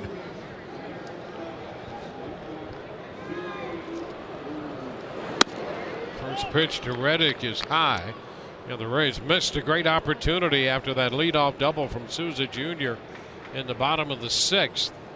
And something that has been an issue for the Rays. This offense has been a swing and a miss and a home run offense, and not a lot of quality at bats in situations where you have to maybe manufacture a run. You know, that type of offense can take you places, but it's not going to take you where you ultimately want to go. You've got to have different ways, you know, be multi-dimensional on how you score runs. And it's not like they're not getting the chances. That's the thing that gets frustrating. And I know, you know, Kevin Cash may not say it, Derek Shelton may not talk about it, but they've got to be steaming. You know, when you get that guy on second, a leadoff double, get him over, and then a 3-pitch strikeout, and all of a sudden the inning's over. And like I said, we see it happen far too often. This is a team that plays a lot of close games, and every stinking run matters. Reddick fouls it back, full count.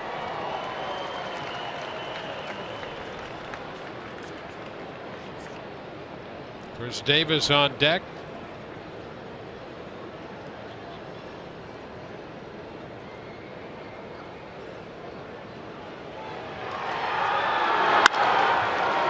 Left center field with some slice, and right there is Jennings.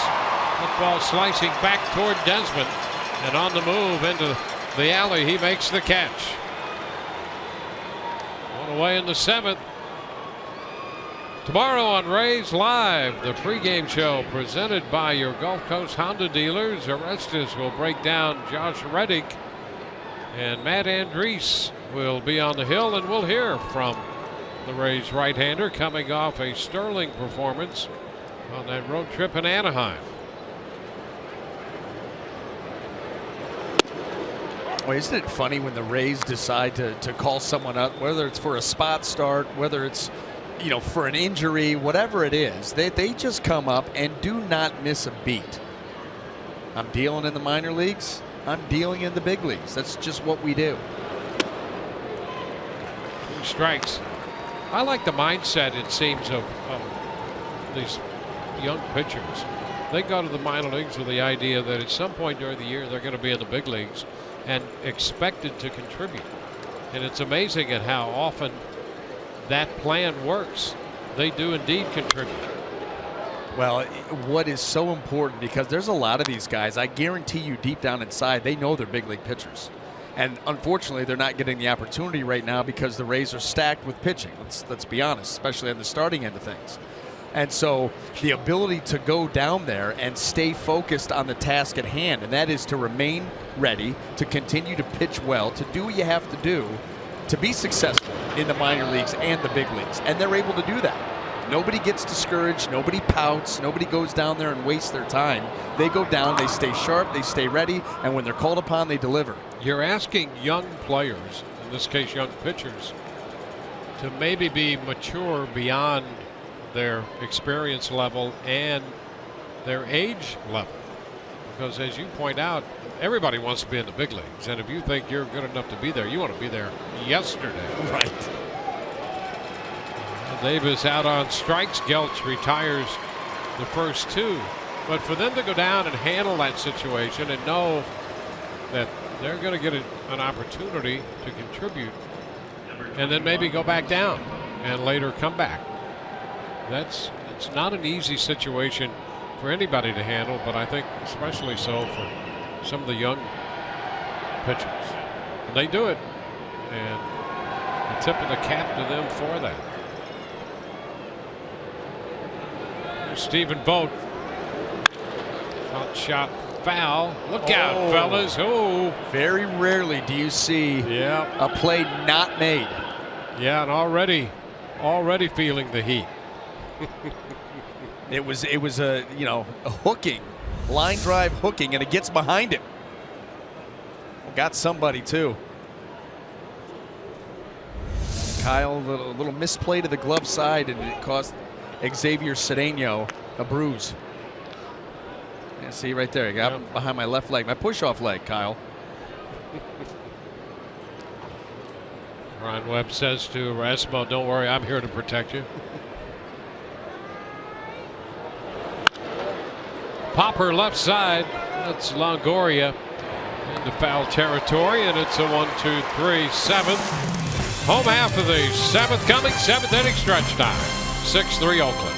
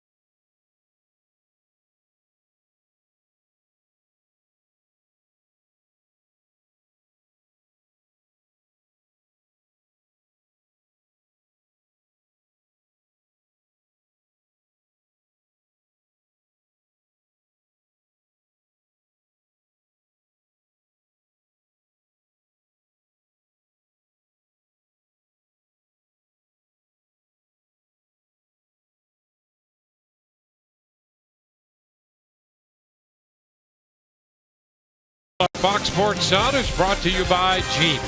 Visit Jeep.com to learn more. Nissan. Choose Nissan today for great offers on our most exciting lineup ever. And by your Gulf Coast Honda dealers.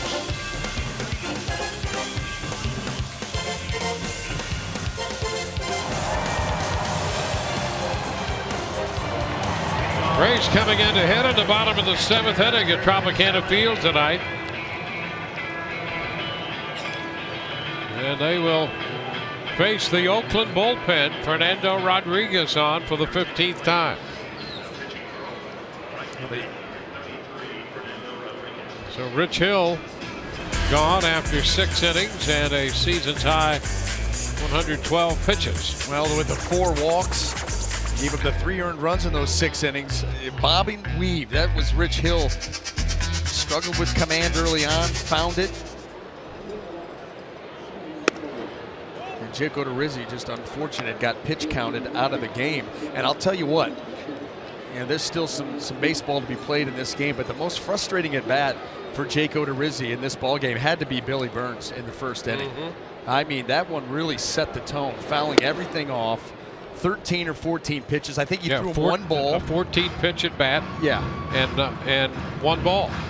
And he ends up, one thing to have a 14 pitch at bat, 1 ball, and retire the guy. He ends up getting a base hit and ends up coming home on the Chris Davis home run.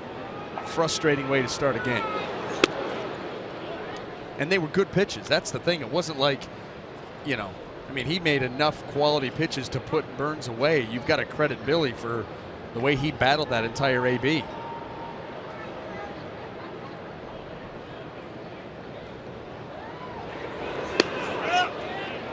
That's going to take the count to 2-2. Well, we talked about it early with Crisp leading off and Burns second. And the veteran Crisp will work an at bat.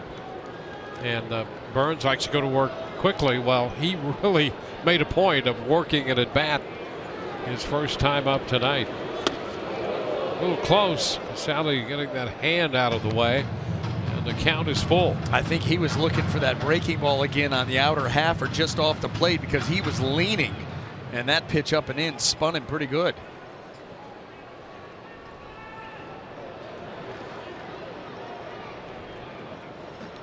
He's seeing if they can get something going against the Oakland bullpen. And there's perhaps a start. Ball 4. Our Toyota inside look. Well, we'll look at the A's and the 10 games in May, the bullpen, everybody has struggled on that staff. I didn't know what to separate, so we'll just go with the whole thing, and that has been the clear issue for Oakland in this 1-9 slide.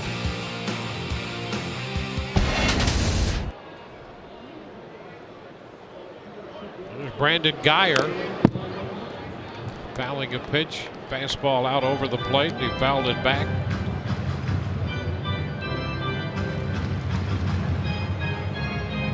Geyer 0 for 3 tonight. He was called out on strikes his last time. There's Sean Doolittle, the lefty, up in the bullpen now.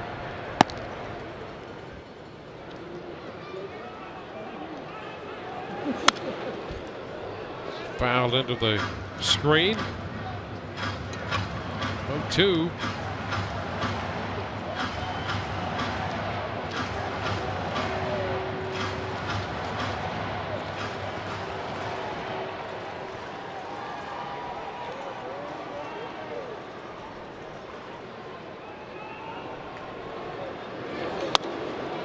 Upstairs.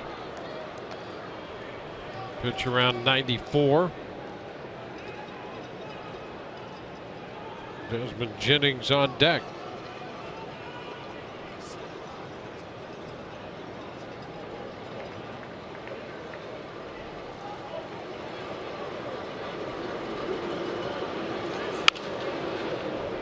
Foul ball. Count holds at 1-2.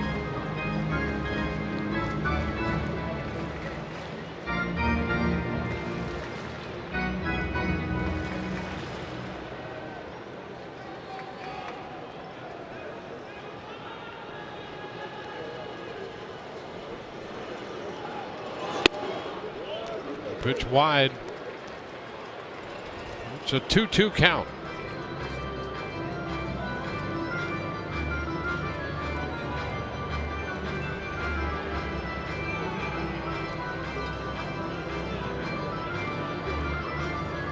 Ball game in the bottom of the 7th. The Rays left the bases loaded in the first inning. Since then, they left one man on at second base in the 5th and a man on at third in the 6th.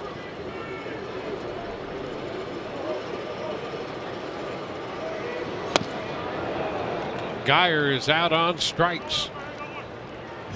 Just able to overpower him with a 95-mile-an-hour fastball that had some elevation to it.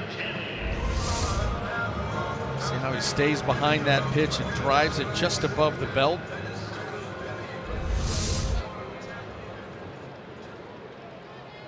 Well, Desmond Jennings will be up.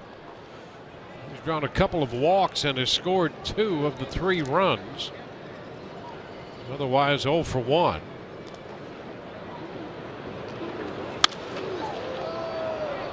It's fouled back, an opening fastball, strike 1.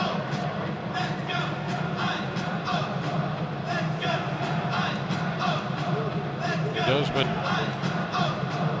right now 1 for his last 36.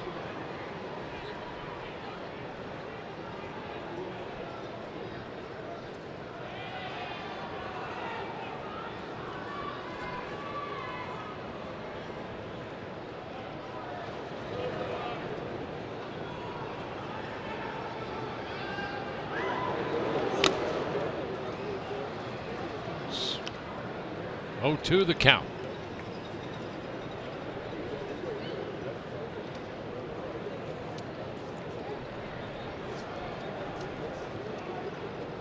Rays starter Hill struggled in the first inning, struggled early, settled in, retired 12 in a row at one point.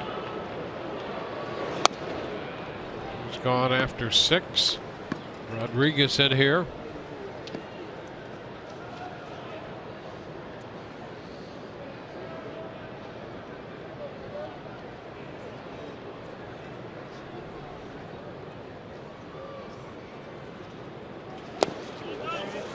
A take by Jennings as that pitch darted away.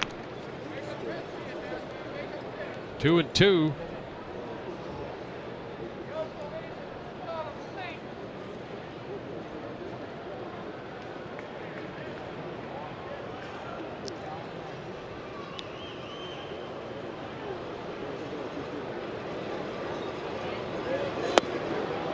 It's too low. Trouble finding the strike zone, get the jump. Really has been the story of the night here for Oakland pitching between Rich Hill and now Rodriguez, just struggling for consistent command. Hill was able to get it going in the middle innings, and that's what allowed to get him through 6. And there's ball 4. Jennings walks for the 3rd time. 2 walks in the 7th inning. And that will get Evan Longoria to the plate. And again, the Rays will get the tying run, the potential tying run to the plate.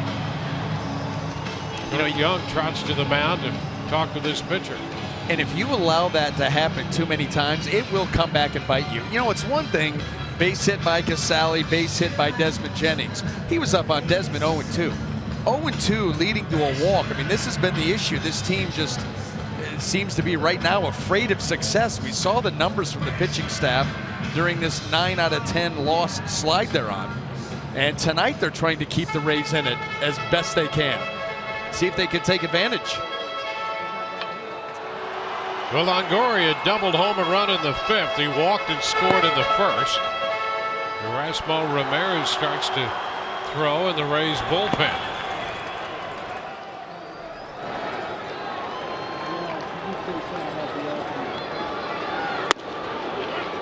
Good strike to Evan. Now fastball, cutter, curveball here for Rodriguez. Starts him off with the cutter. Where does he go from here? Evan 0 for 2 in his career against Rodriguez.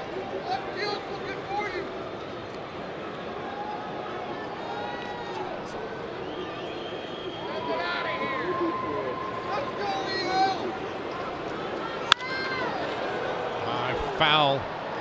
Lifted into the seats, back of first.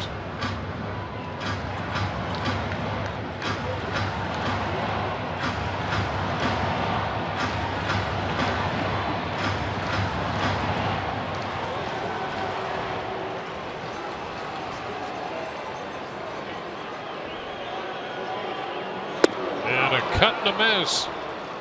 Well, they got ahead of him 0-2 and then went with a fastball. He did. He climbed the ladder away.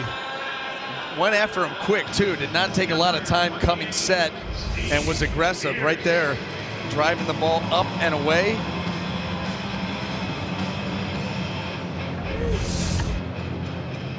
Yeah, that was a page out of Joel Peralta's book right there with that delivery. Barely came set. There's Steve Pearce. Ball one.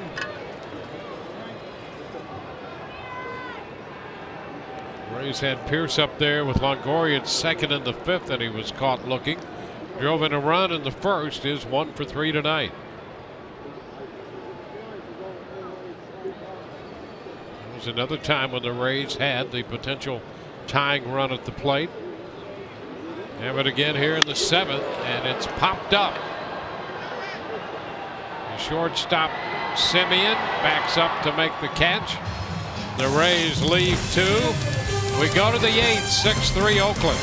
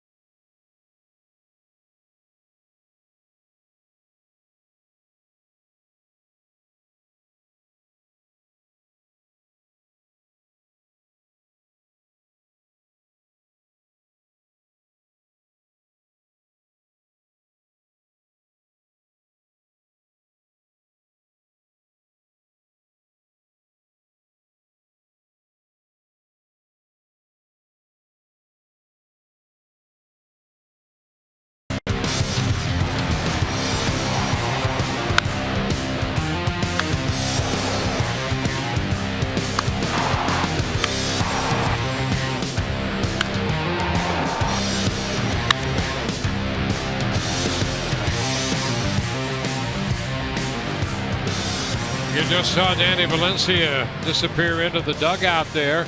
As we look at the front 7 innings of this one, Oakland leads 6-3. Valencia's hit a pair of home runs, and he's going to open the 8th inning. Davis and Simeon have also homered. 4 home runs for Oakland tonight. 4 of their 9 hits. And a big cut and a miss by Valencia. So he's 2 for 3. Homered in the first to left off Odorizzi. Homered to the opposite side off Evelyn. Hitting one out to right in the 6th inning. Slider, pretty good one right there. 0-2. Valencia opening quickly with that swing.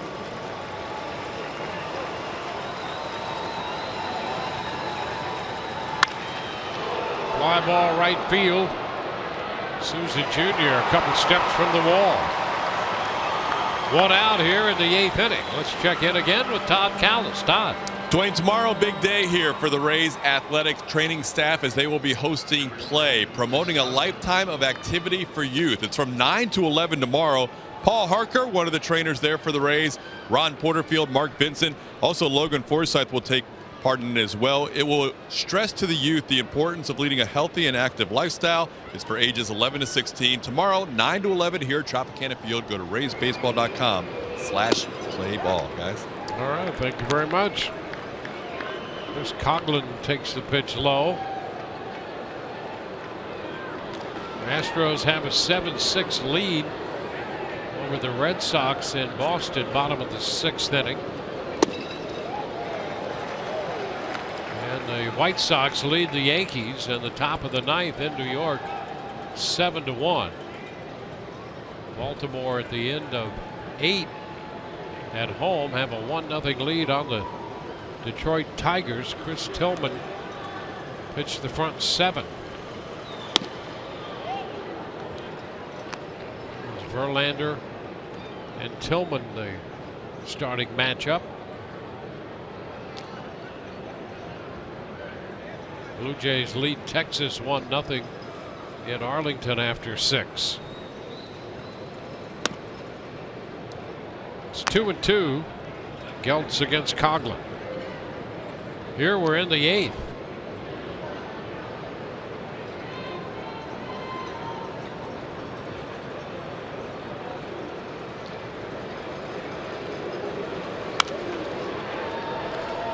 Foul out of play.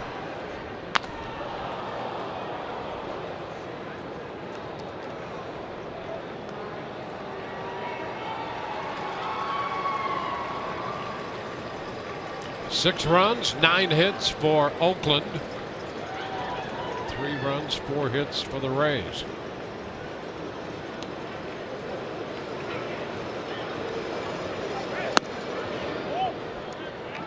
The count is full.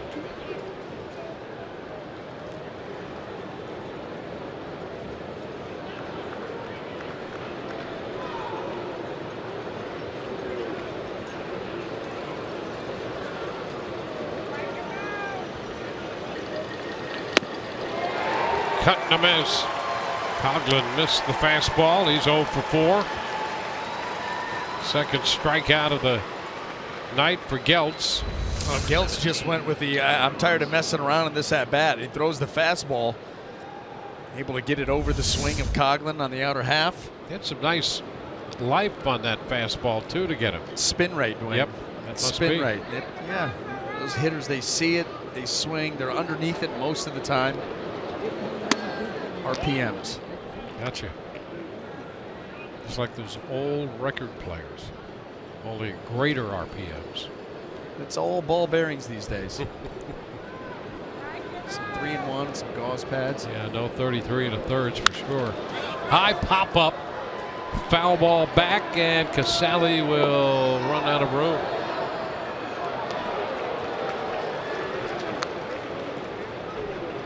So it counts 1-1 on Alonso.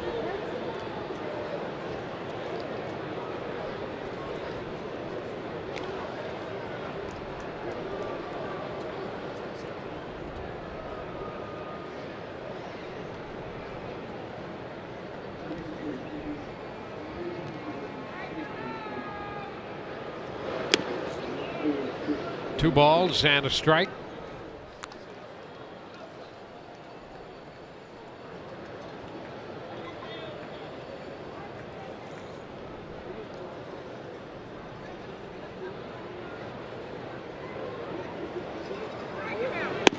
And that's a strike call. 2-2. Geltz has made some nice pitches here tonight. Yes, he has. He likes to work that fastball. You know, stays true, but it does have that late jump, that late life. Can work it up in the zone. Ooh, a line drive. That fastball right back from whence it came and threw into center. Yeah, it's almost like an optical illusion when you see that. You see that ball go in at 92, it comes out about 97. Some sting on it. That ball was hit hard. He's had a nice night. Well, he's been swinging the bat well, Alonso, recently. 3 for 4 in this game. Marcus Semien, who homered in the 4th inning, fouls it back. Even after that slider that was up a bit. You see those breaking pitches that are middle of the plate with a little elevation, and you're going to see some big swings. The eyes bulge, and then here comes the swing.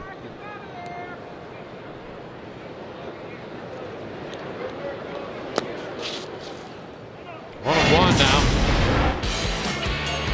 Simeon's home run, a line drive home run. See, it just cleared that wall out there in left field. Stung pretty good.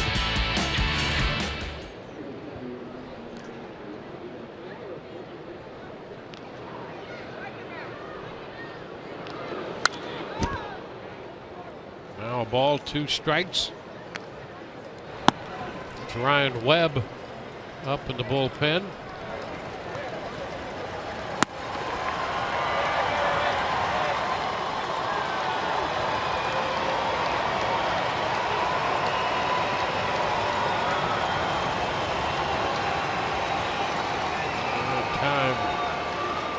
Simeon stepping back with a 1-2 count. Beckham moves from the shortstop side of second to the first base side, still shading the middle.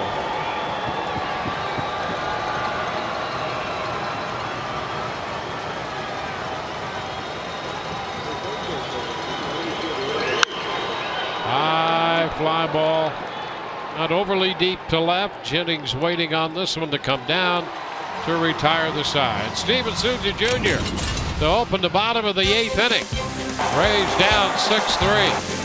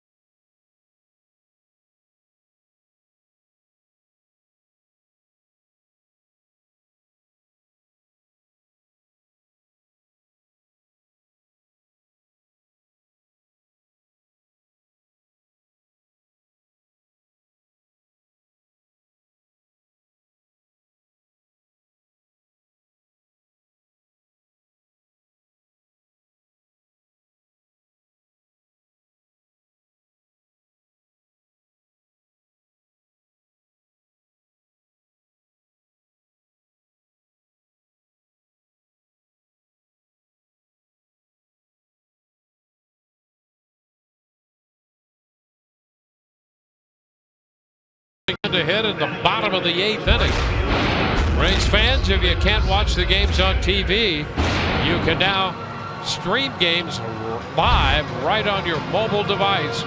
Just go to your app store, download the free Fox Sports Go app, log in and stream the Rays wherever you go. Tyler Ladendorf takes over at second base for Oakland.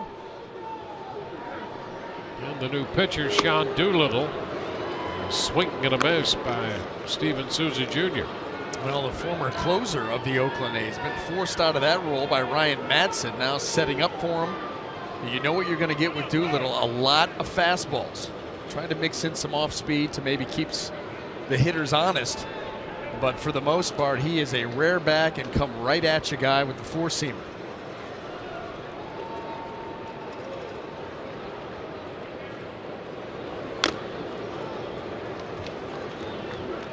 Strikes the count.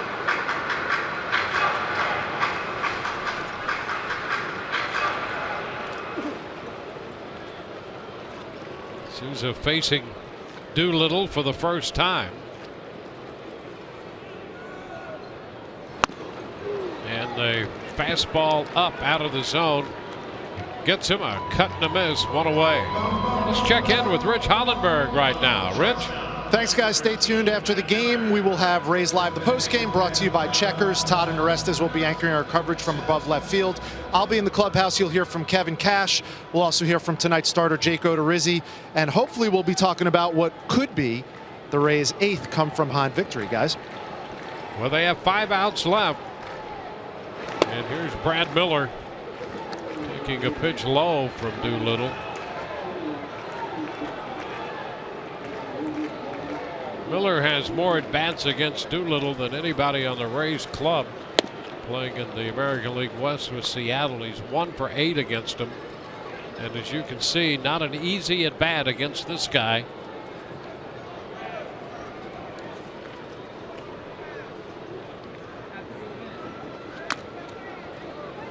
He starts with that glove tucked under that beard and then comes right over the top with mid-90s velocity. And you know what? You don't see it until it's too late almost. I mean, he really hides the ball well. Watches the ball comes out, or his hand comes out of the glove with the ball. Stays directly behind his body. Tough to pick up until it's at its release point.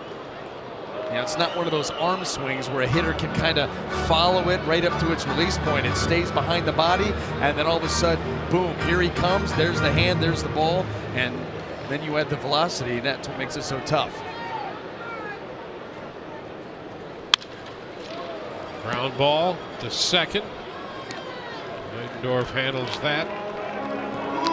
So 2 up, 2 down against Doolittle. Second baseman, number 1, Tim Beckham. And that'll be Tim Beckham.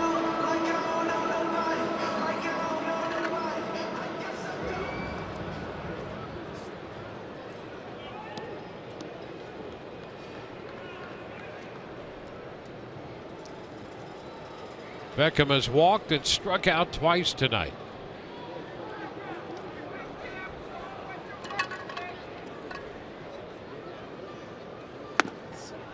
Strike 1 right by him. Mid-90s with that fastball.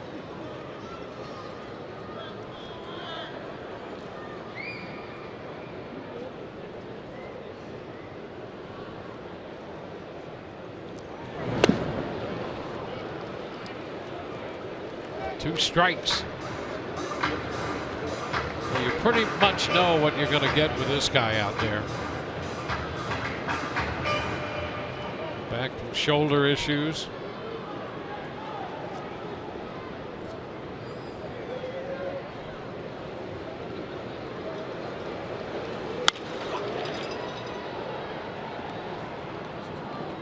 Rays at the time in the 5th were able to get the potential tying run at the plate.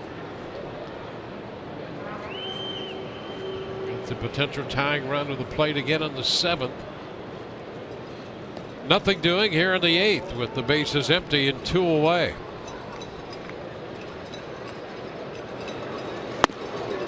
And the cutting a miss on the fastball up.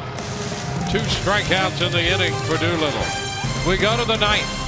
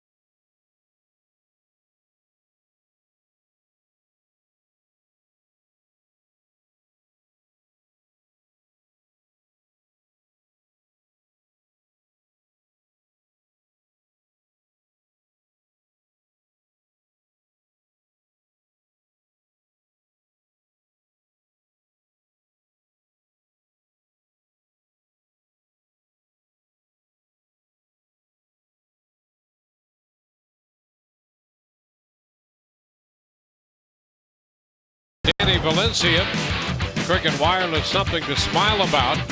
Valencia with 2 home runs tonight. Well, got a full count changeup, took it out to left field. That was the big blow in the first inning. And then how about this? Fastball up and away, and he's going to go out to right field. Showing off the power here tonight.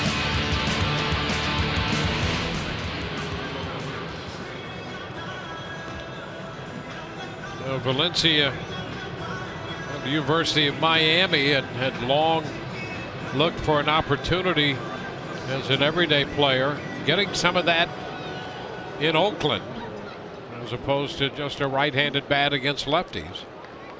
And he is 2 for 4 with his first 2 home runs of the year tonight. Ryan Webb, the new pitcher for the Rays, facing the top of the Oakland order. He throws a strike to Coco Crisp. Crisp 0 for 4. 11th appearance for Ryan Webb.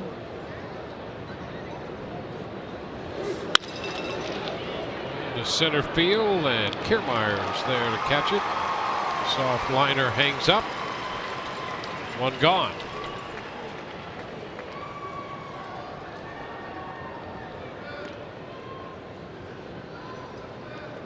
Well, Billy Burns. Well, the A's have hit 4 home runs tonight, but you go back to that at bat he had in the first inning as the start of all the trouble. Extended 14 pitch, 1 ball, fouling off a number of tough pitches by Jake Odorizzi with 2 strikes, and then gets a base hit out of it. Yeah, if you're a pitcher and you're gonna have a 14 pitch at bat against someone, 13 strikes, you're thinking, yeah, I'm gonna get this guy out. Didn't work out that way. No, and that's almost an inning's worth of pitches to one guy who ends up getting a base hit anyway, getting one out into left center field. Well, for Odorizzi, it was almost an inning last year when he averaged a little over 16 pitches an inning. Yeah. And he made 14 to Billy Burns alone. Ron Madsen, who's closing for Oakland's in the bullpen for them right now. You know, that's been an issue with Jake this season, and he's even acknowledged it, the pitches per inning. But you know what? It's not because he's out there walking guys. I mean, his walk rate this season is a career low for him. So, you know, he's not given up the free pass. There's just been a lot of at-bats that have been extended through the foul ball. Miller, quick throw to first, not going to be in time. Burns can get down the line, and he has an infield hit. Well, number one, he's got great speed. He's hitting from the left side. You slap that ball the other way and force that infielder, in this case Brad Miller, to his right, and you can forget it. I mean, he's almost running as he's swinging. That wasn't even close, and Brad Miller did everything he could. The strong, quick throw, and had no chance. You know, you're talking about Odorizzi's walk rate. It's 1.8 per 9 innings. Which is outstanding. It is outstanding. I mean, that's a guy that's just attacking the zone, and you know, he moves the ball around the zone very well, but there have been just a number of just foul off, frustrating at bats that has caused his pitch count to be forced high early, and that's caused him to have shorter outings. You know, you mentioned the pitch count last year. He was averaging up over 6 innings a start. You know, so you're averaging pitching into the 7th. That's tremendous.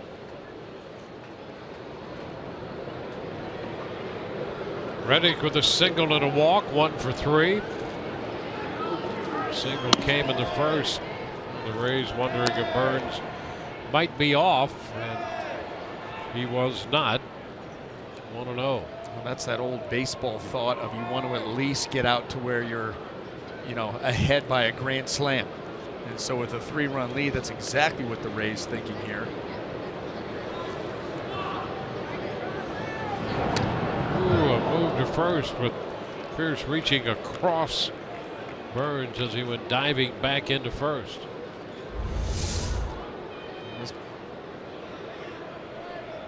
Just enough length to make that catch.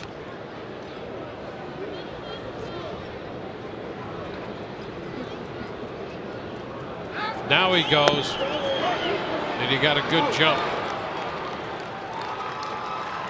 Matter of time on that one.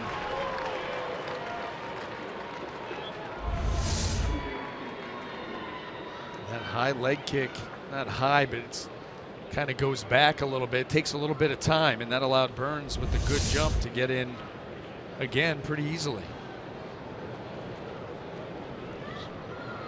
He is 9 of 11 in the steal department. Burns on the year, stealing his way into scoring position. The count to Reddick is 1-1.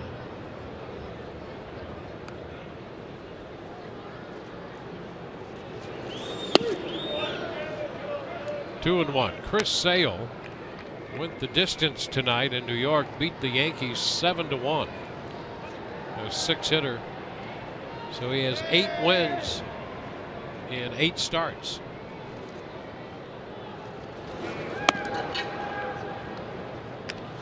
Well, Reddick up 2-1. The Rays decide to put him on. So the last 2 pitches out of the zone, intentional. So a walk to Reddick. 2 men on with 1 out, and the power bat of Chris Davis heads to the plate. Well, the reason you do that, Josh Reddick swinging the bat well, left-handed hitter. You fall behind in the count, go ahead, put him on. You get the righty up here, and in theory, you know, you've got Ryan Webb on the mound. That's your ground ball guy. So this is where you can get one on the ground, get a double play, and get out of here.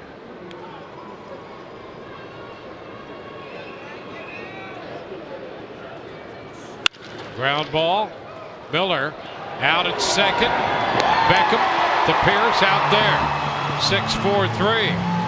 Well, it all worked out. The intentional walk to get to the double play. Kevin Kiermaier is going to open the bottom of the ninth.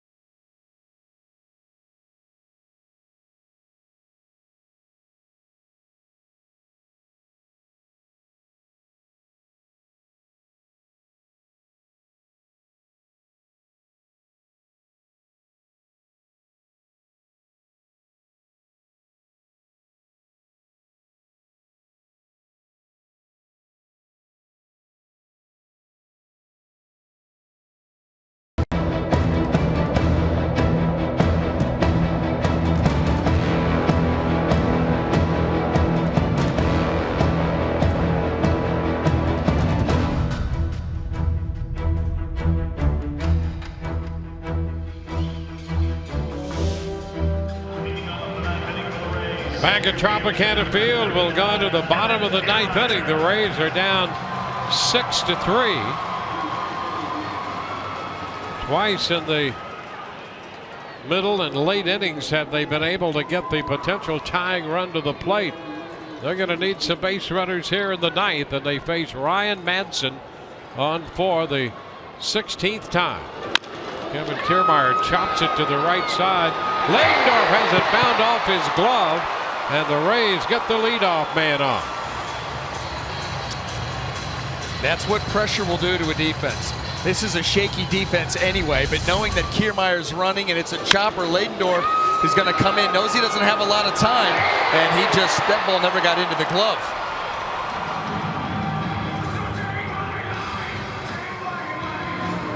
there you go. There's your start. There's your base runner.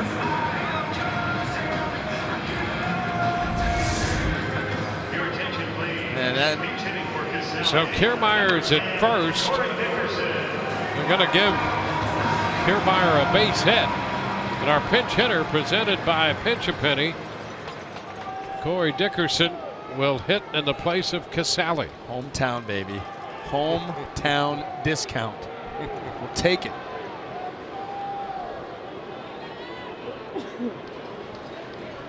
So the Rays have one man on, a big cut and a miss. Dickerson hit the grand slam in the 6th inning of the game Wednesday in Seattle, and at the time it tied the game.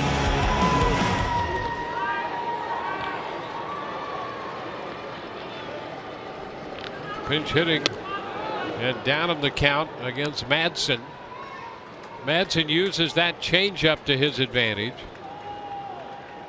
Last year returned to the big leagues for the first time since 2011 and was in 68 games with Kansas City.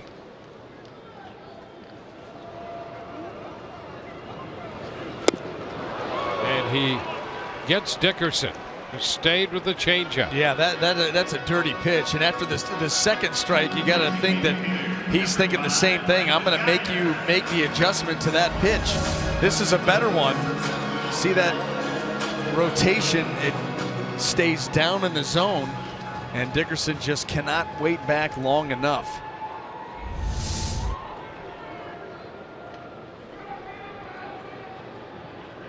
Brandon Guyer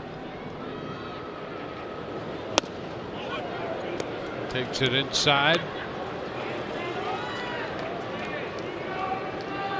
That's an 8 of 8 in save opportunities.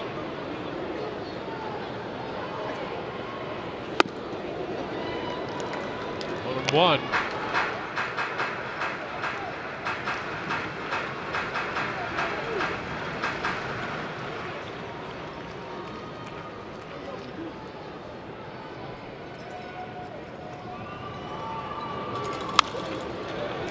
Straight back, and that's out of play.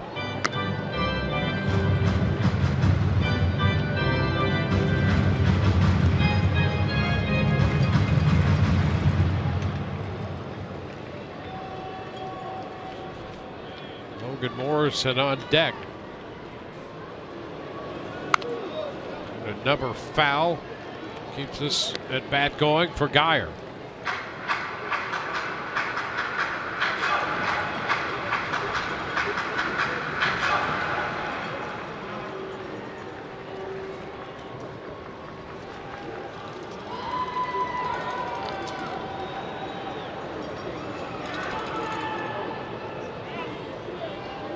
Step back by Madsen. Want to get together there, make sure they're on the same page. We'll be with you tomorrow at 5:30 on Fox Sports Sun for the second game of this series. Matt Andriese will oppose Kendall Graveman in the game tomorrow. And this one hits Guyer, and he felt that one.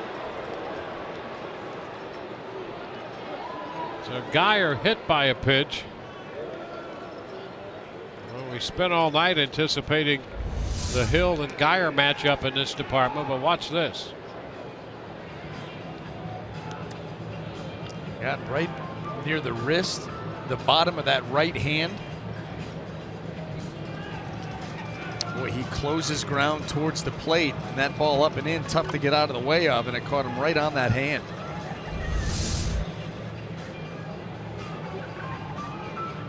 So he's hit for the 12th time this year. A commanding lead in the major leagues. Being hit by pitches. And what this does is, for the 3rd time, the Rays are going to get the potential tying run to the plate. Kiermaier moves up to second. He reached on what was ruled an infield hit. Geyer hit by a pitch. 2 on, 1 out. And Desmond Jennings will be lifted. Logan Morrison will pinch hit for him.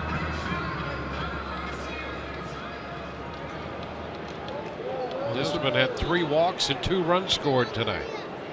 And now Morrison. This would be something. It would. He'll tap foul, strike 1. I think we would both agree on that. Yeah. Well, he's more than capable. And he's due against Madsen. 0 for 6 in his career against him.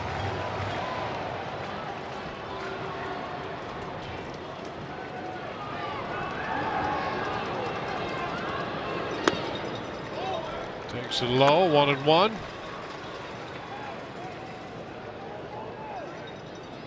Two men on, 1 out.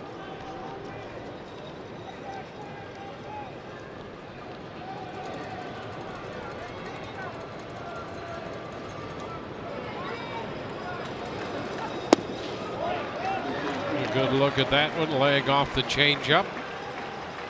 2-0.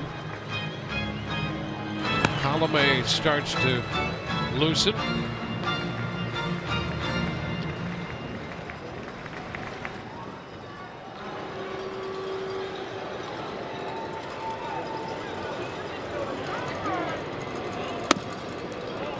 Ball 3 is wide. It's 3-1. Well, now you've put yourself in a position. If you're Logan Morrison, you're looking 1 pitch, 1 spot, and if he puts it there, you try to lose it.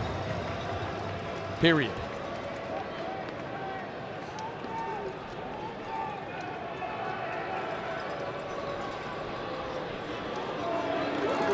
The 3-1. And there's ball 4. The bases are loaded. Morrison draws a pinch hit walk. The bases are loaded for Evan Longoria. This is it. This is it. I mean, the Oakland pitching staff through the walk has allowed the Rays numerous opportunities. And maybe this is the one that bites them and bites them for good. With 7 walks and a hit batter tonight out of Oakland pitching. And the Rays not only get the tying run, but the potential winning run at the plate. So here we are. Bases loaded, 1 out. It's Longoria against Madsen.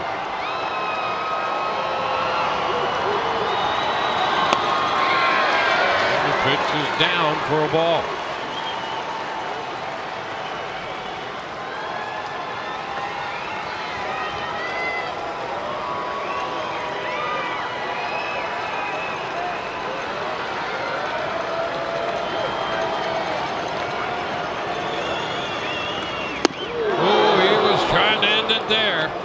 Fastball, a challenge and a big cut and a miss. Here it is again.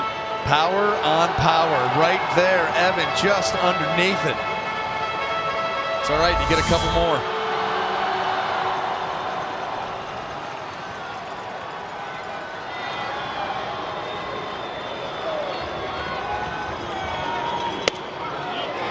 It's ball 2. 2-1. Madsen looking for that call on the corner.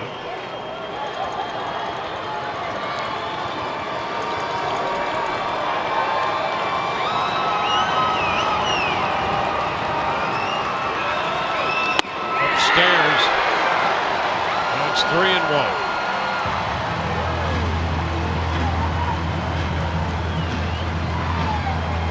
Longoria in the driver's seat with this count.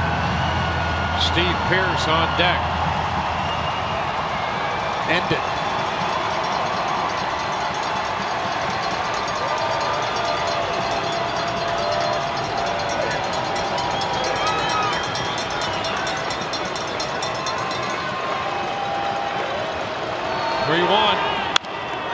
Pop up foul. That's going to carry out a play. So the count is full. Now here's the question. Does Madsen have the wherewithal to throw anything but a fastball here? Bases juiced. Yep. Well, the changeup has been a big pitch for him. 3-2. So that's the question. About to be answered.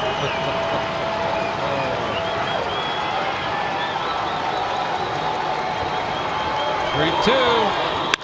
And a line drive. Oh, it's caught by Valencia. Hard hit line drive off the fastball.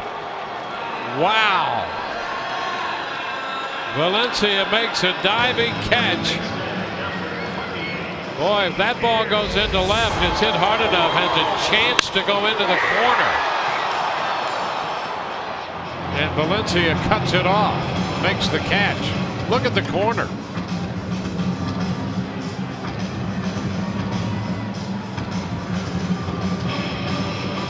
Saw the same thing that you did.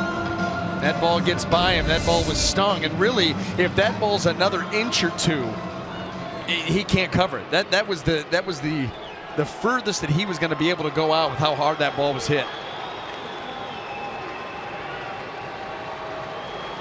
Rays with an out left. Bases loaded. 2 gone. Here's Steve Pearce. Fly ball center field. Burns is there. And this game is over. Rays load the bases 3 times down the middle, and late in this game they got at least the tying run, and in the 9th a potential winning run at the plate. And they drop this one. It's a 6-3 final as they leave the bases loaded in the 9th inning. And the A's take the first game of this series 6-3. Hill the winner, Odorizzi the loser, and Madsen picks up the save. Took 3 hours and 7 minutes to play it. So the Rays now 15-18. Oakland 15-21. We'll be with you tomorrow at 5:30 for Game 2 of this series. Hope you've enjoyed the telecast. If not the outcome, for Brian Anderson and the rest of our crew, Dwayne Stats, Rays postgame coming up next.